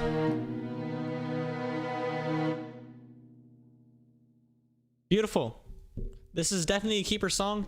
I'm gonna tweak it and it's gonna be the craziest thing you've ever heard in your life. I might even do like some sort of video on it, clipping parts of the stream. That would actually be fire. Except the only problem is that I didn't really Suba, I literally posted a tutorial yesterday. And actually right now, Suba, right now, if you go onto YouTube, there is a tutorial on Cakewalk right now, part 1 and part 2. Part 2 came out today. Check out the tutorial. Like, I literally posted the tutorial today. Okay, so I'm gonna check out your guys' beats. Part 1 came out yesterday and part 2 came out today. The part 2 actually came out like a half an hour ago. So I'd really appreciate it if you could like watch that. Okay, Sonic Boom. Yeah, I know. I'm pretty sure I know this beat. I don't know if MP3 is on the stream anymore, but I just want to check out this beat. Yeah. Okay, so my live stream on Wednesday, I made some melody samples and I sent them to people. I sent them to everyone on my Discord server. And this is the one of the samples I used. I made. Sonic Boom. Hey.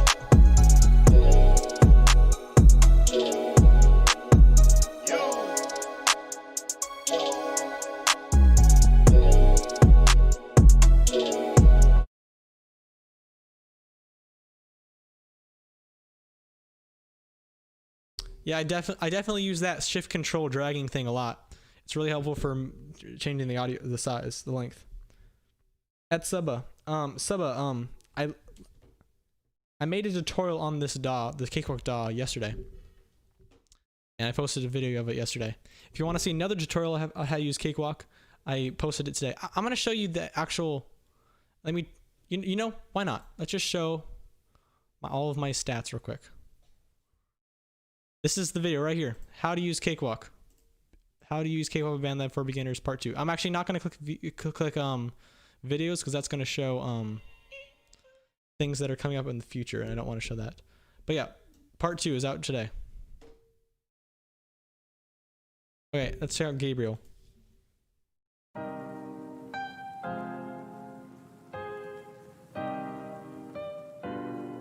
Okay, before I check out Gabriel's beat, I want to show this kid how to do that. Basically, what I want you to do is hit P on your keyboard. Okay.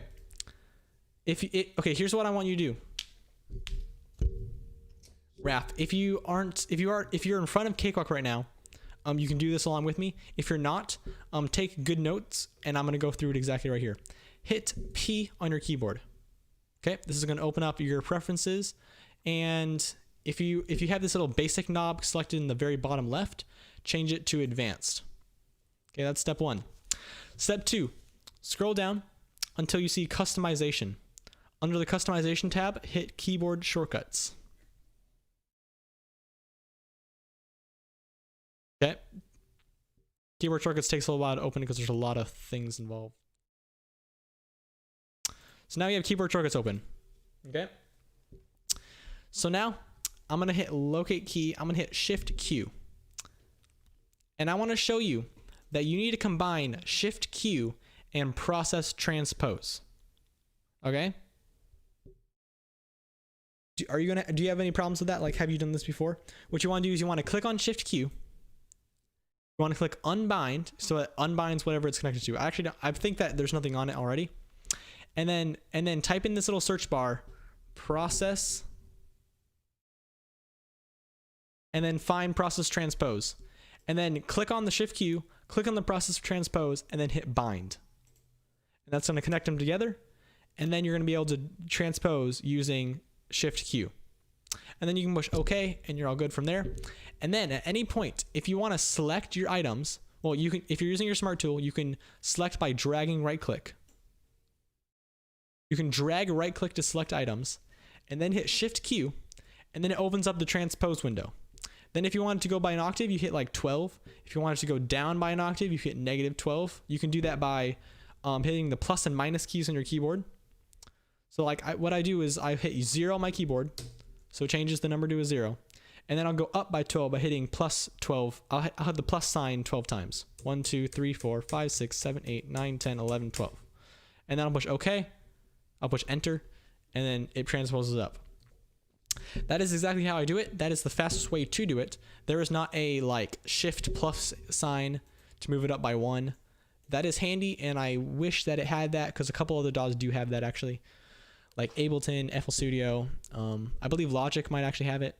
GarageBand doesn't, I think, but anyway, it doesn't matter. So yeah, Shift Q. And the only reason I did Shift Q is because it's right next to the button quantize. Like Q is quantize, and quantize is just easy. Oh yeah. Let me check out your beat that I just reviewed. E3.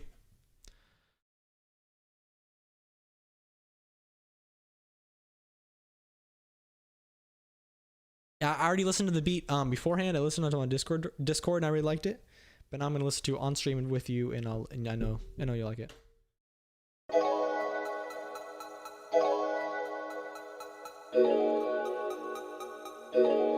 Sonic Boom. Hey, I like how the delay drop there.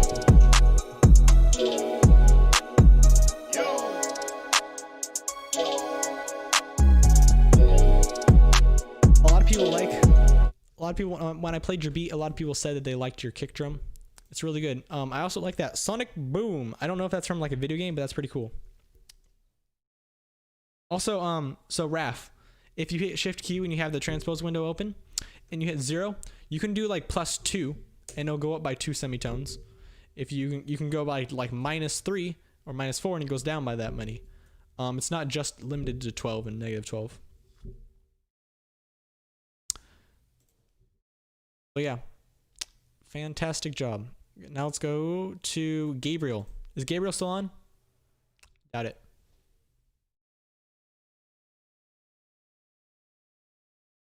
I think you should. The MP3, I actually finished like every single beat I use. I finish it, and then if I'm very, very end of the process, if I don't like it, then I'll just like put it in like another folder and I'll come back to it some other day. Or I usually don't actually come back to them, but I put them in a folder just not to throw away. I don't throw them away, but I just kind of like put them in a folder that I don't use. Anyway, I finished all my beats really. Anyway, this one is called Hip Hop Beat by Gabriel. I don't think he's on anymore, but we'll listen to his beat anyway.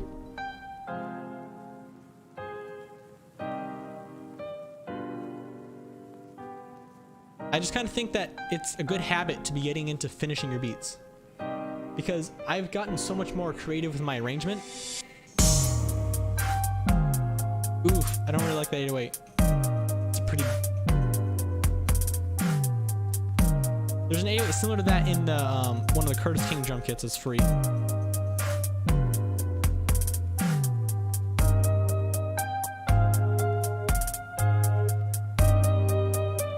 And the piano's kind of a boring melody.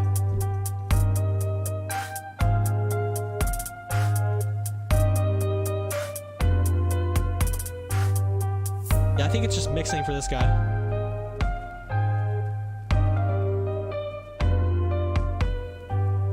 He has and mixing and sound selection for this, I'd say.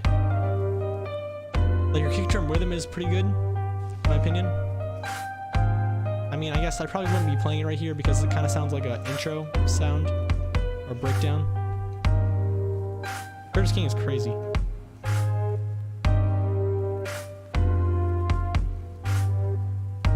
If you're looking for a crazy beat, look up "Wake Up" by Curtis King. He flips the Chop Suey song. Wake up, grab a brush, gonna need a little makeup. That's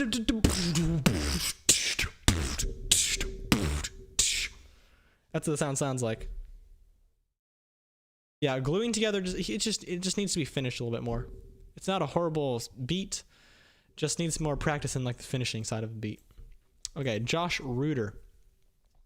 Samples are from Cymatics Hearts Volume 2, Charity Back. Oh yeah, I heard about that.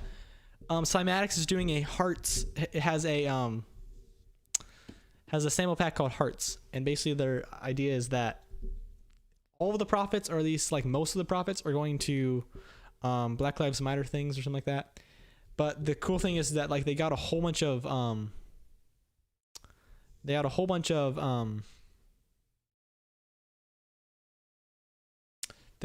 different like YouTube producers or internet producers that are famous to make samples for the pack, just to kind of get more awareness to it. Yeah, that Wake Up song is fire, yeah. Josh Reuter. Josh on. The fire sample for sure, yeah. 808 right here. Okay. This is like maybe a verse section of intro. 808 right here. Oh, come on, man.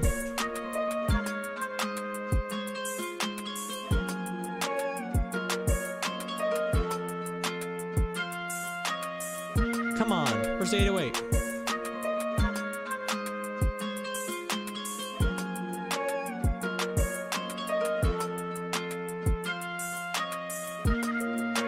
Come on, dude. Where is your? Are you ever gonna have an 808? That's the kind of beat that just needs like a boom boom, ba bum bum bum bum bum. Like it doesn't have to change notes, just to be a very steady, solid hi-hat to 808 to sit on. I don't think he has 808 at all. I miss your.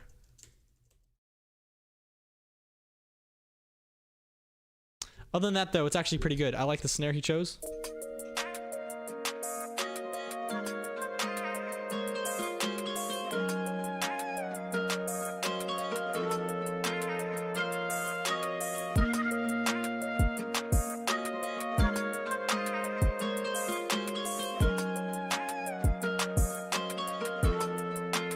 Yeah, the clap, everything about that is actually pretty fire. Just needs to have an 808. Just has to have an 808. It never actually felt like it dropped. It just kept like it sounded like a verse. Anyway, I'm gonna end the stream right here because this is by far the longest stream I've done in a long time. We made quite a few good. We made 2 beats. The first one was good. Actually, I like that first one a lot. The second one was way better. It just was a lot more stressful to make, mostly because if I was alone and all I could do was think about my thoughts in my head, I could have made this crazy. But it's just very hard to look at the chat, look at the beat, look at the chat, look at the beat. Because every time you get in the flow state, you immediately get distracted.